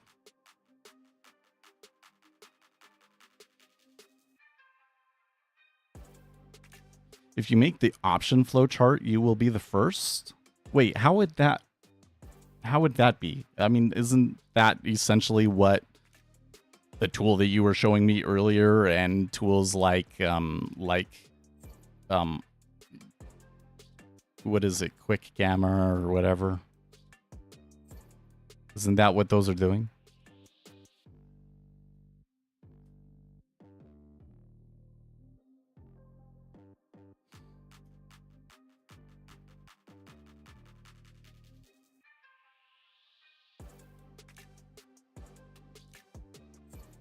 Or maybe you're talking about something different.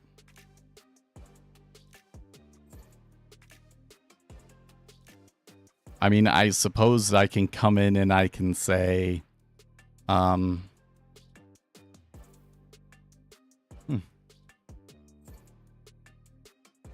like maybe it's like cumulative delta.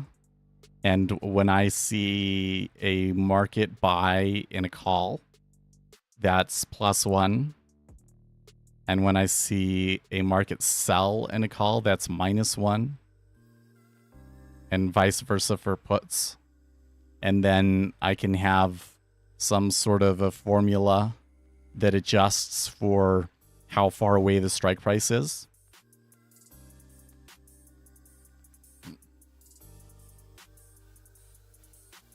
I would need data. I don't even know where you get that.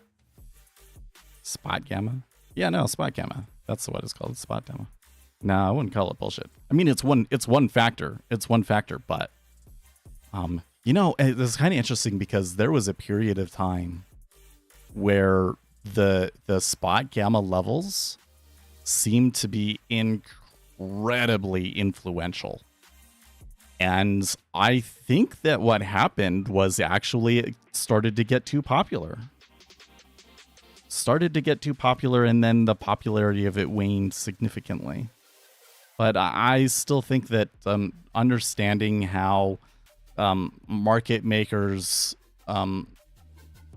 delta positioning and where they might have to add to positions to hedge correctly can be a predictor of order flow. It's not the only one, nor is it the most influential.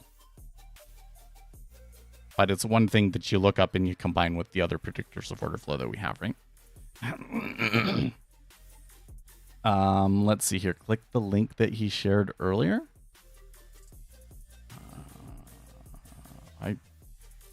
You mean the Octavius, the YouTube one? This one?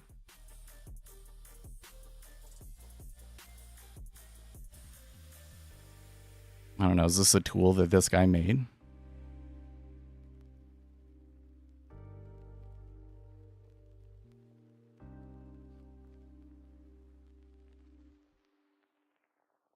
Just look at the red and blue lines.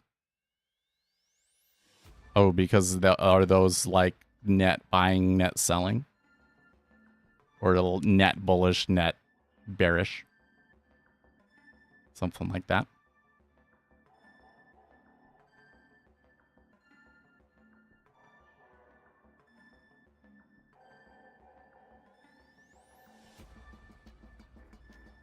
Oh, on 0 day to expiration ones. That's interesting as well. But I don't even know where you get the data for that. I don't even know where you get the data for that. It does kind of seem, though, that in the treasuries that there might be some more informational, or well, let's not say informational content, but I think that if I was able to sort out a flow like that, that it would probably be even more effective than cumulative delta potentially. But I don't know how you get access to that data or if it's even practical.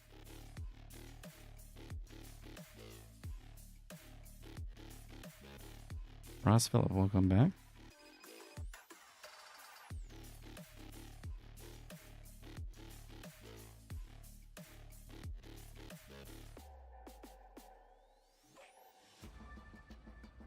I think you brought this up before, and my response was, well, but of all of the things that I could do and stream to get more viewers, I think that would actually be pretty low down on the list. Like, I think that you would probably be able to get more viewers simply showing order flow on stocks.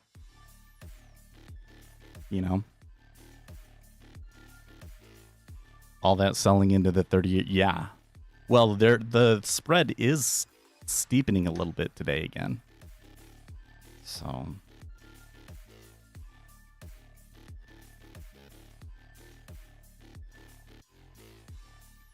one of the things that I am seeing, by the way, with this move, kind of like yesterday, is I do see somewhat of an imbalance favoring longs in the treasuries, in the order flow of the treasuries themselves, but it's not nearly as strong as I would expect given how far it's moved. Like when we started this, the thought of it going to 111 seemed kind of a little crazy, right? But the Japanese yen has been along with the move the whole way, and the dollar has been dropping the whole way.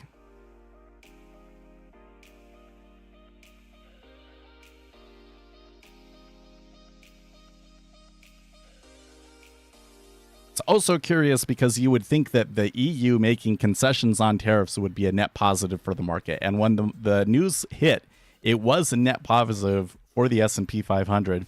But since then, they have just continued to decline.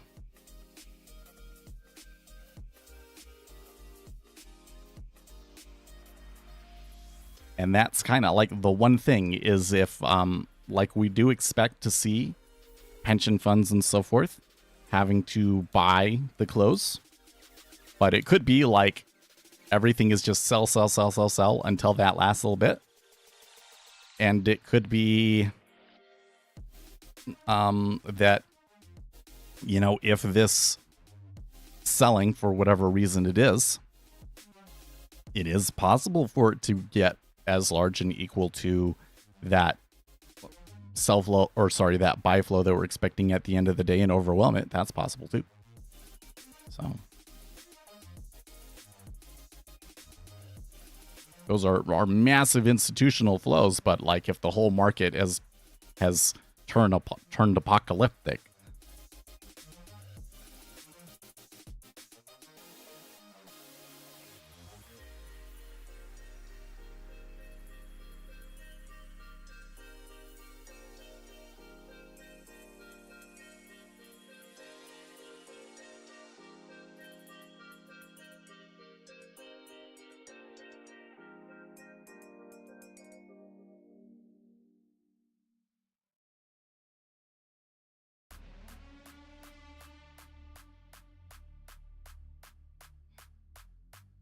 nah, I think, I don't know.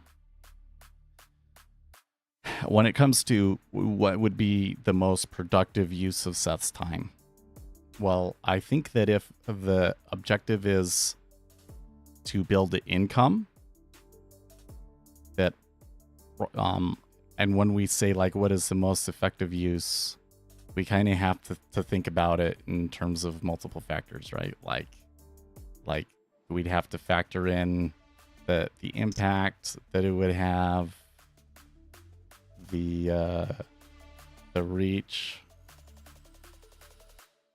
Certainty over effort.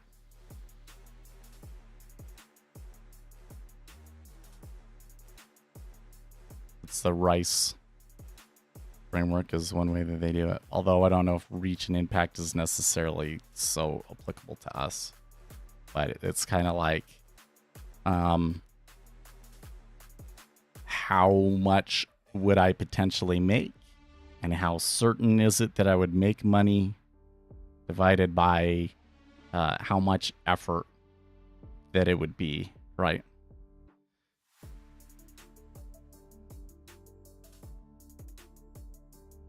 And my estimation is that building my own platform would probably be the one that would make the most money, but would also be the most uncertain.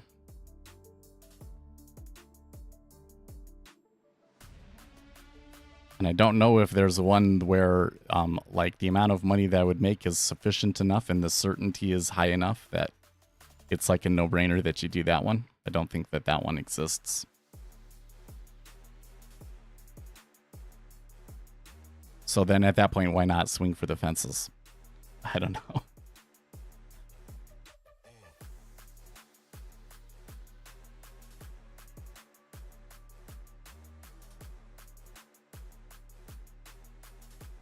By the way, while all this is going on, there's been a pretty big range in oil today.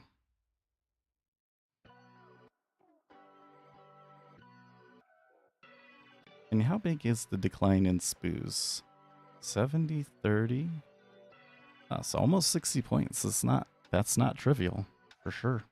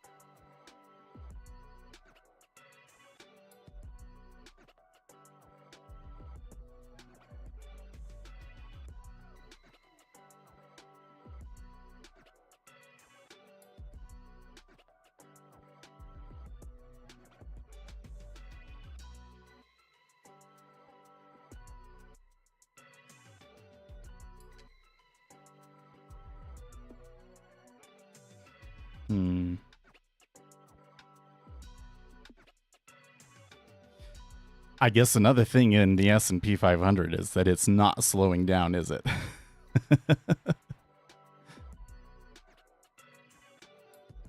Granted, I'm not seeing the treasuries continue their push either. So I kind of, that kind of makes me think that the E-mini must be close. But will it do it before we end the day? I don't know. Crazy thing is, you know, it's going to be that end of month flow that I'm most interested in. Close to what? Close to when I end the stream. I end the stream at 11 o'clock Eastern time, so at the top of the hour. I should probably keep going, but so one of the things that weird about live streaming is like, you know, like the more that you're on, the more opportunity people have to find you, and generally the better that you do, I guess. I only do it for 3 hours, but I see some things that kind of suggest to me that like I should be just on here all the way until the market close. But that's not practical. That would be so exhausting.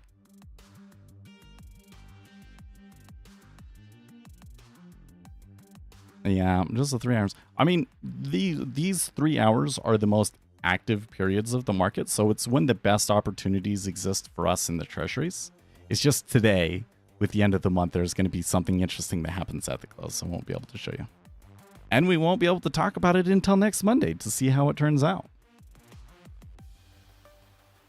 Because, you know, I kind of feel this is probably the most powerful, reliable flow that I know of. But if there's a situation where it's going to fail on us, I kind of feel like it's today. With all this tariff stuff and everything else that's going on.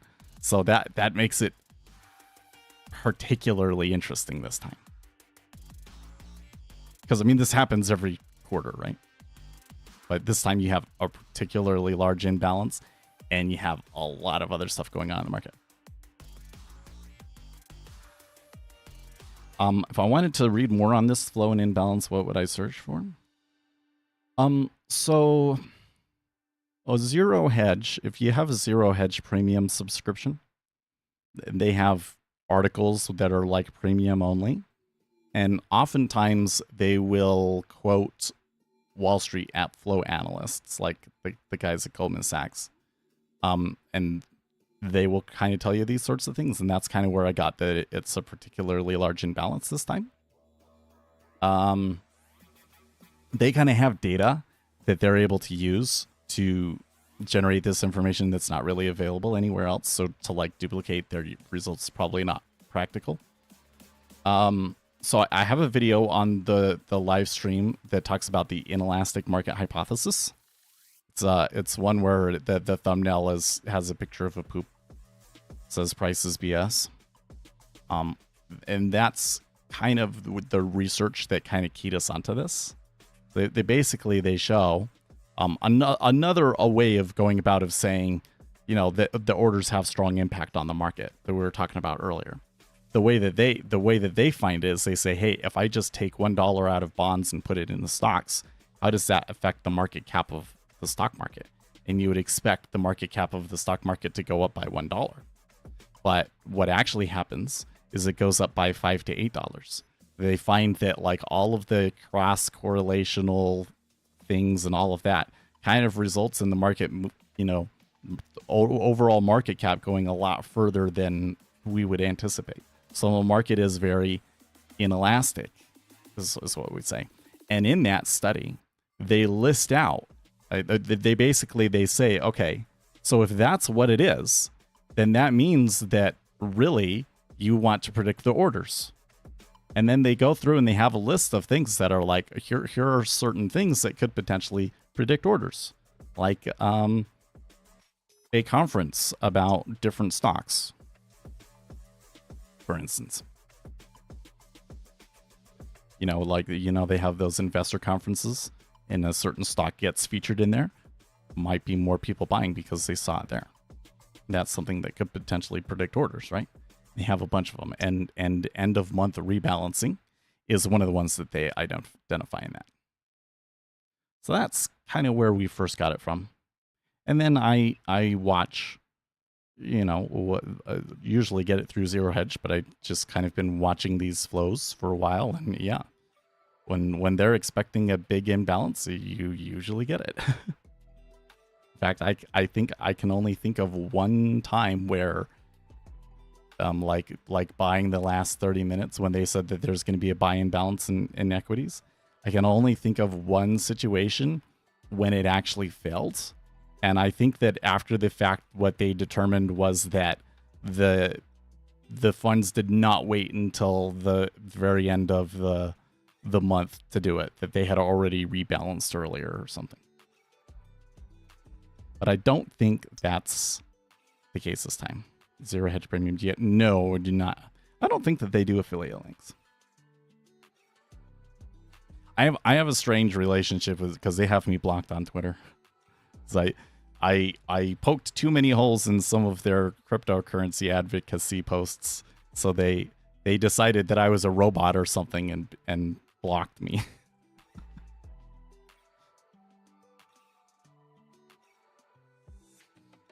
It's a little... I'd say this range up here is relatively large for the treasures. I'll tell them the robots sent me. Yeah, no, they don't have. I do affiliate. I have an affiliate link for Jigsaw for the software that I use.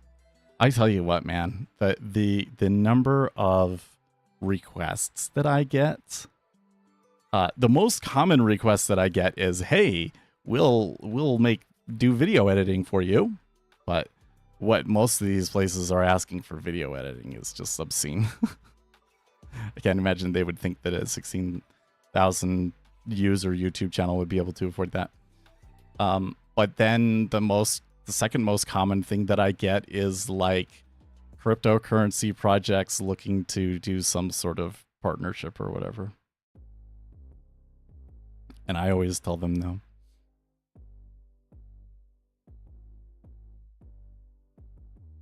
So I'm really only interested in doing affiliate links if it's a product that I am using myself and that I really think adds value to my viewers. Not just do an affiliate link just because, you know, it's a way to make money, right? Otherwise, I would probably, my channel would be like some other people where the whole thing is based on sending people to funded trader programs for them to use, you know, and make $15 per person on affiliate links for that. And I've heard some stories about people making obscene amounts of money from doing that.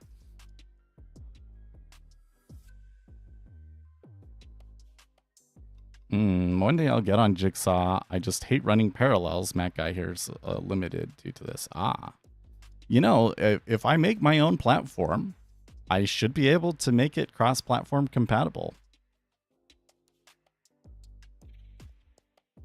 See, Jigsaw is built in C#. NinjaTrader is built in C#. So you can't really have a Mac version of that. And there are some platforms that are written in Java. So then they're cross-platform compatible. But I find that the interfaces of the Java platforms are kind of wonky, and I don't like the way that they feel. Yeah. Does Sierra Charts run on Mac?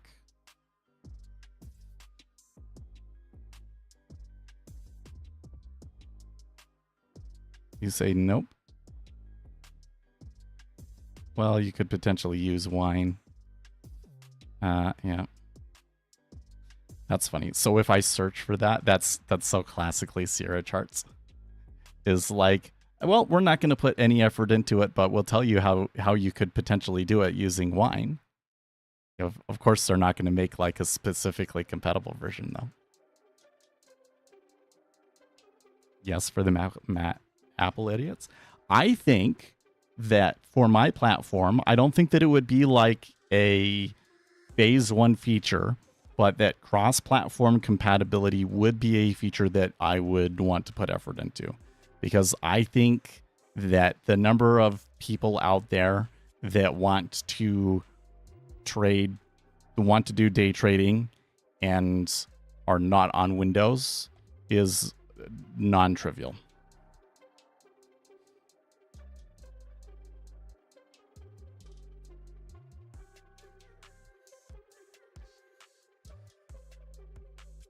I know. I guess that's on Mac OS is kind of like the reality of it is, if your application can only run on desktop, that is a significant.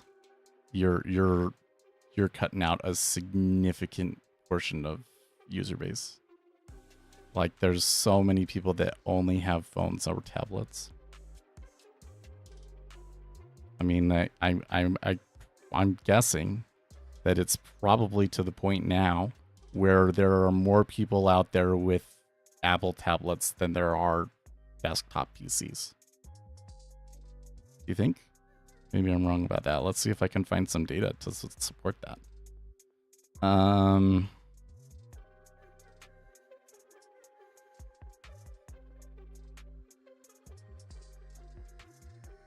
Octavia says, I don't think you should make your own software.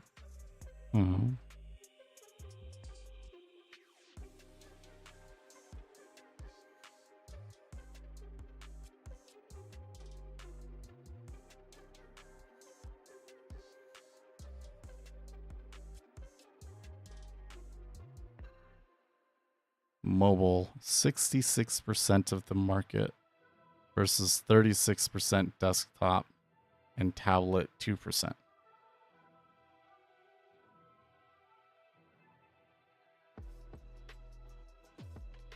Who would be your customer base? So I think that it would start out with the really dedicated futures users, right? And probably also people that are dissatisfied with NinjaTrader because they got bought out. And people that want to do more algorithmic trading. That would be like your core to start with. But then I would be expanding it so that, because I think I would kind of more be competing with interactive brokers to some extent, right? Like I wouldn't have my own, I think they'd be much further on where I would have my own brokerage and everything. But I want a platform that's much, much better at, I can trade stocks or futures. You know, connect it to multiple data platforms.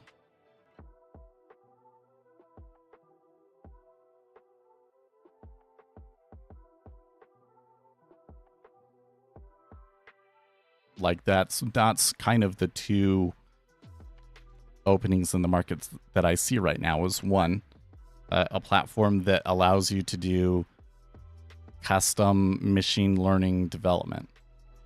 I mean, you can kind of fit it in with existing platforms, but it's kind of like you're kind of like smashing it in there. It doesn't really fit very well. It should be built for that purpose from the ground up. And then number two is order flow on stocks. So I would want to have a platform that allows you to look at stocks too.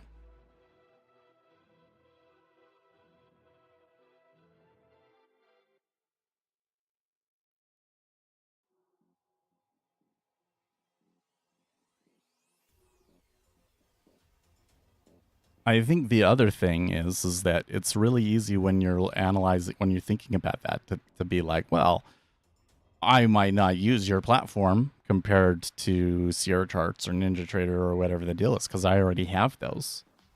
And it's like, yes, but you don't necessarily need that many people for it to be, like, I don't have to be the most popular platform for it to be a viable business. Quite frankly, there are some platforms out there that I'm kind of like, well, if they're able to make that work, I certainly can, because I think I can build a way better platform than them.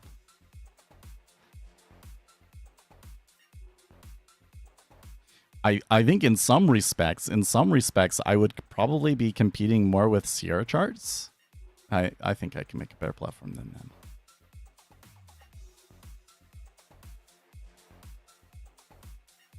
How many subscribers do you need? Well, for this to be practical, I think that we would want to be making 20 to 30 sales a month. Like if we charge $1,000 for the platform and we got 30 sales a month, that would be enough to pay 3 people 6 figures.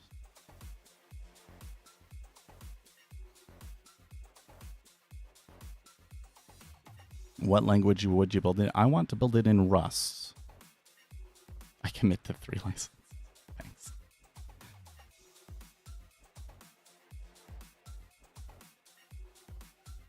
The problem is Seth on his own. Like, if all he does is he builds the platform and then promotes it on his YouTube channel, I don't think you're going to get to 30 subscribers a month, right? There would be a ton of you guys at the beginning, but then I would really need to put probably what would happen is I make the platform and then I put it out, and there would be a bunch of you guys that are here on the stream and everything that purchase it, right? And then I would need to take everything that I made from those purchases and put it back into marketing, probably.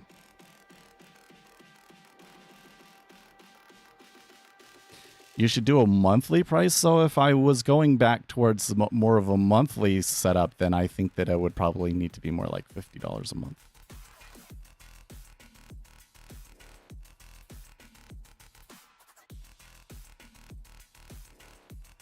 Based on the features that I would be adding, I think that 50 would be like the low end. Just compared to what other platforms are charging, right? But if there's no upfront cost, maybe more than that. I don't know. If I went to $100 a month, then you're kind of competing with trading technologies, and I don't think that that would be a very good battle to pick. But I kind of like the idea of doing it a lot like NinjaTrader, which is anybody can download and try it. It's just you can't really use it for live trading unless you've purchased the license.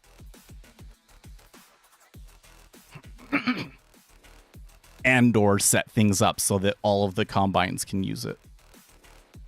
So you got a huge influx of users that's all they've ever known, and so when they do purchase a platform, they're much more likely to buy yours.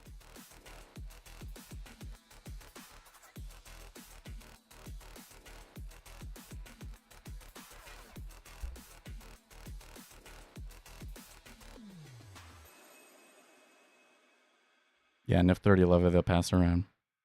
I really think that it could be a viable business. It's just the amount of upfront investment that is required to make it is the thing that makes it a risky venture, right?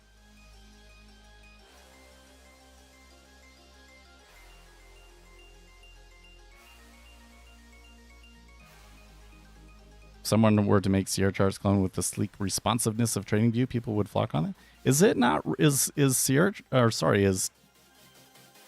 Charts not really very responsible in that respect?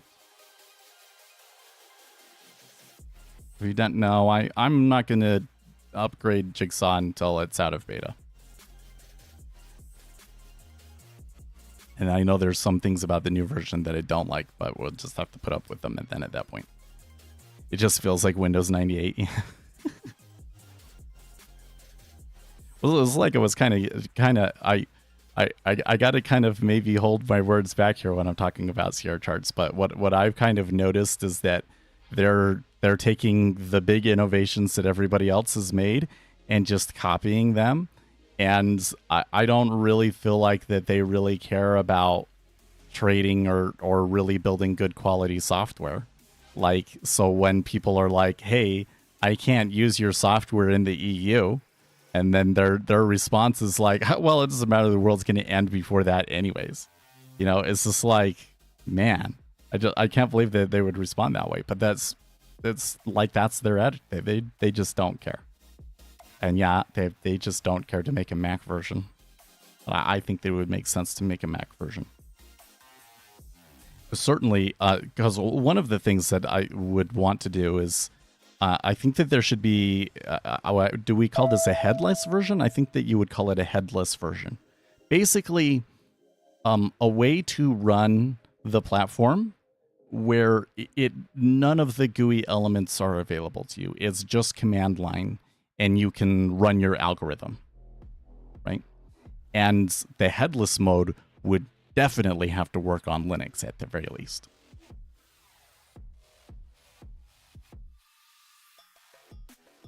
Make a plugin for Ninja that makes AI and but that's kind of the thing, Ruard, is that there's only so much you can do to plug in that sort of stuff into Ninja. And to really do it effectively, you have to run the machine learning part as a server on its own that talks to Ninja with a socket through a plugin. Okay. So if we build a platform from the ground up, one, it could all be in Python. And so you can just do whatever kind of machine learning that you can do in Python natively, right?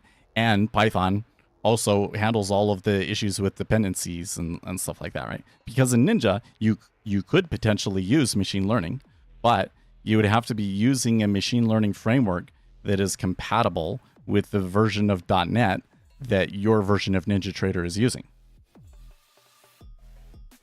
right? And so there's all these, that's kind of where it gets messy. And then on top of that, you're doing it all proprietary. There's not any tools to help you. Whereas on our platform, we would have like a basic working example of it built into it. So that's kind of why I want to do it, why I want to do my own platform. That's kind of the main motivating factor behind it. And when I look at things like NinjaTrader just got bought for $1.5 billion, that also says to me like, hey, this is something that you can feasibly create a startup out of. It's just startup capital is hard to come by right now. So oh my gosh. So yesterday I came across, I think it was on TikTok. Somebody was talking about a creator fund. So this fund, they want to create some startups targeting specifically creators and funding their startup businesses essentially. And they're kind of more interested in small niche communities with high engagement. And I was like, oh, this is perfect for me. Okay, so I go read into it more. And, there's a lot of press releases and everything like that about how these guys have raised $60 million to fund for a creator fund, to fund startups for creators. And I'm sitting there and I'm like,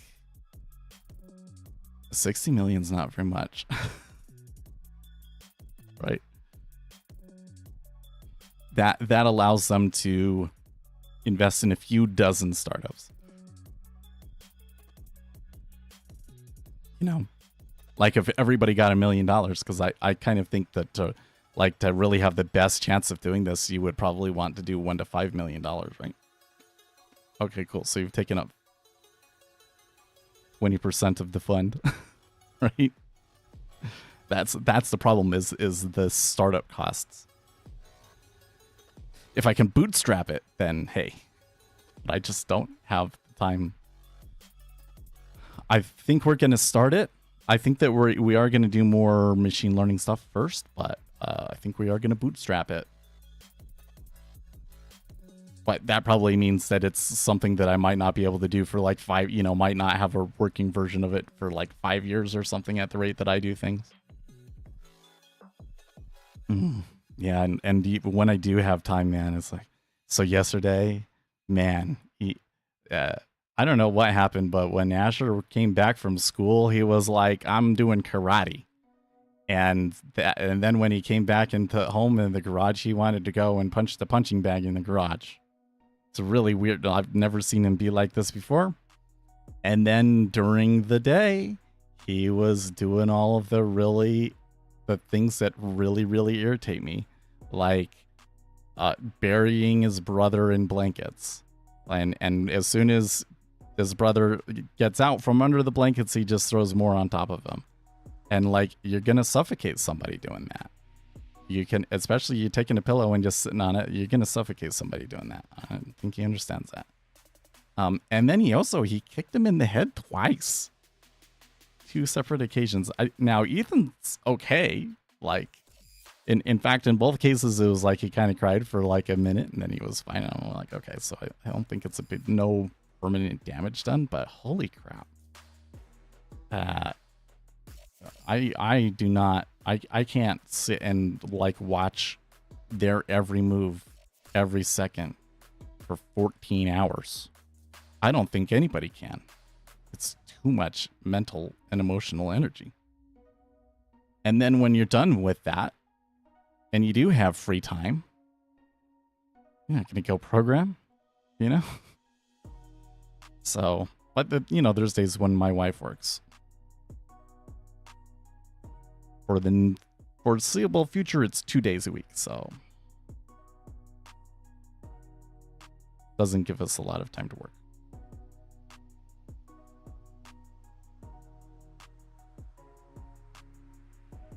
No, she's a flight attendant. I've kind of been thinking about this, like, because flight attendant is just a shit job, you know? Like, it's one of the most exploited workers. But she has seniority and everything, so I don't think that it really makes sense to try and job hop right now. But, like, the amount of time that she is away when she is working is obscene. She'll be gone 12 hours. She'll be gone 12 hours and she gets paid less than if she was working 8 hours. Bullshit.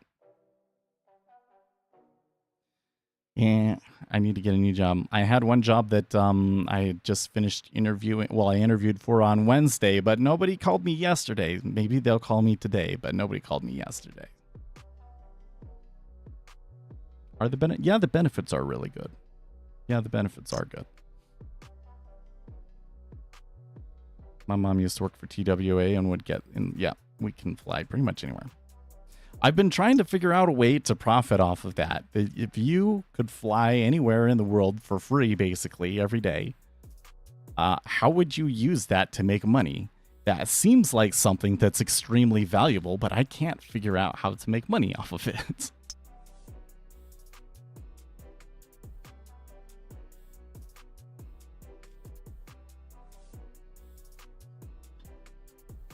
Become a travel vlogger. Yeah, but that would require me to have money to pay for hotels.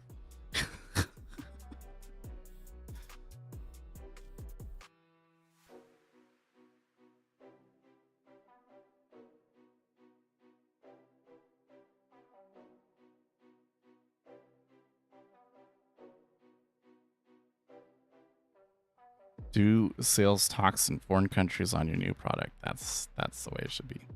I need to get on the speaker circuit in some form. I need people to start booking me for talks about complexity economics. That's what.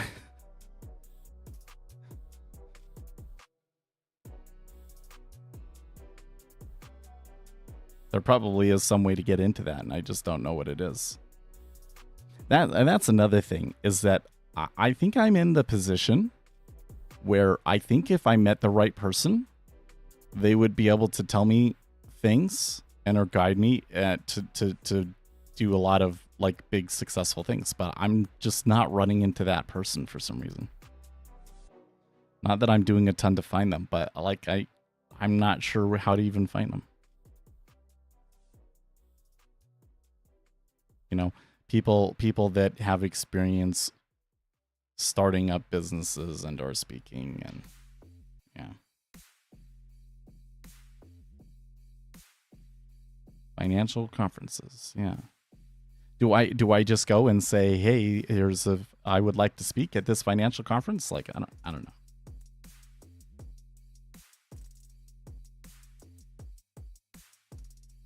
Well, it's time for me to get going, and I can hear the kids up, so I should definitely get going.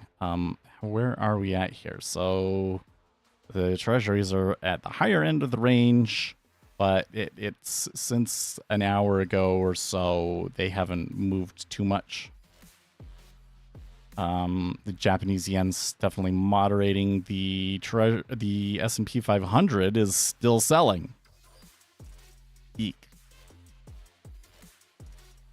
And the dollar is getting destroyed. I wonder if what's going on here is end of week flows for the dollar is crushing the dollar. That could throw a wrench in some of our plans. But, well, we'll analyze it on Monday. Let's see how the end of the spoos goes. But I will see you guys next week. In the meantime, thanks. I enjoyed. Yeah, thank you for joining. Make sure you watch if you guys want to help the channel out, I have a video about complexity economics, most recent video on the channel. If you haven't watched that, please go watch that video. Give it a like. Make some comments in there. I really want that video to be a successful video, and it's actually kind of underperforming. Actually, before we end here, let's go back and look at it. I don't know why it's underperforming, but because I really thought I had a good thumbnail and title that would like really draw people in, but so far it seems like no, that's not the case.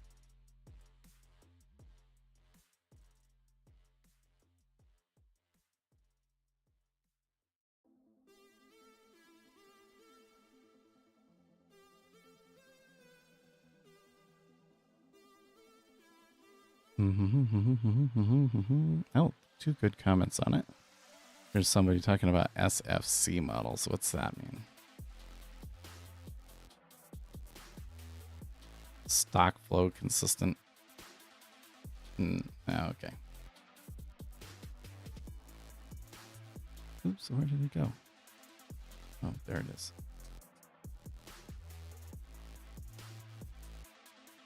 It needs more booty. There you go, yeah.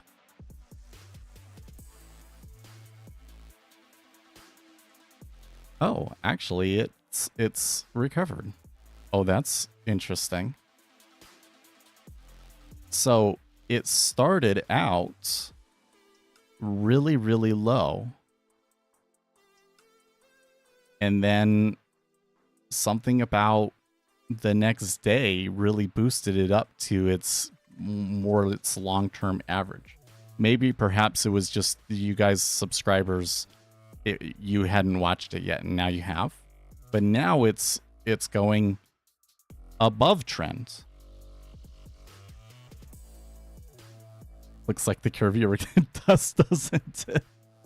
That's funny. That's funny. Does it give me engagement data now?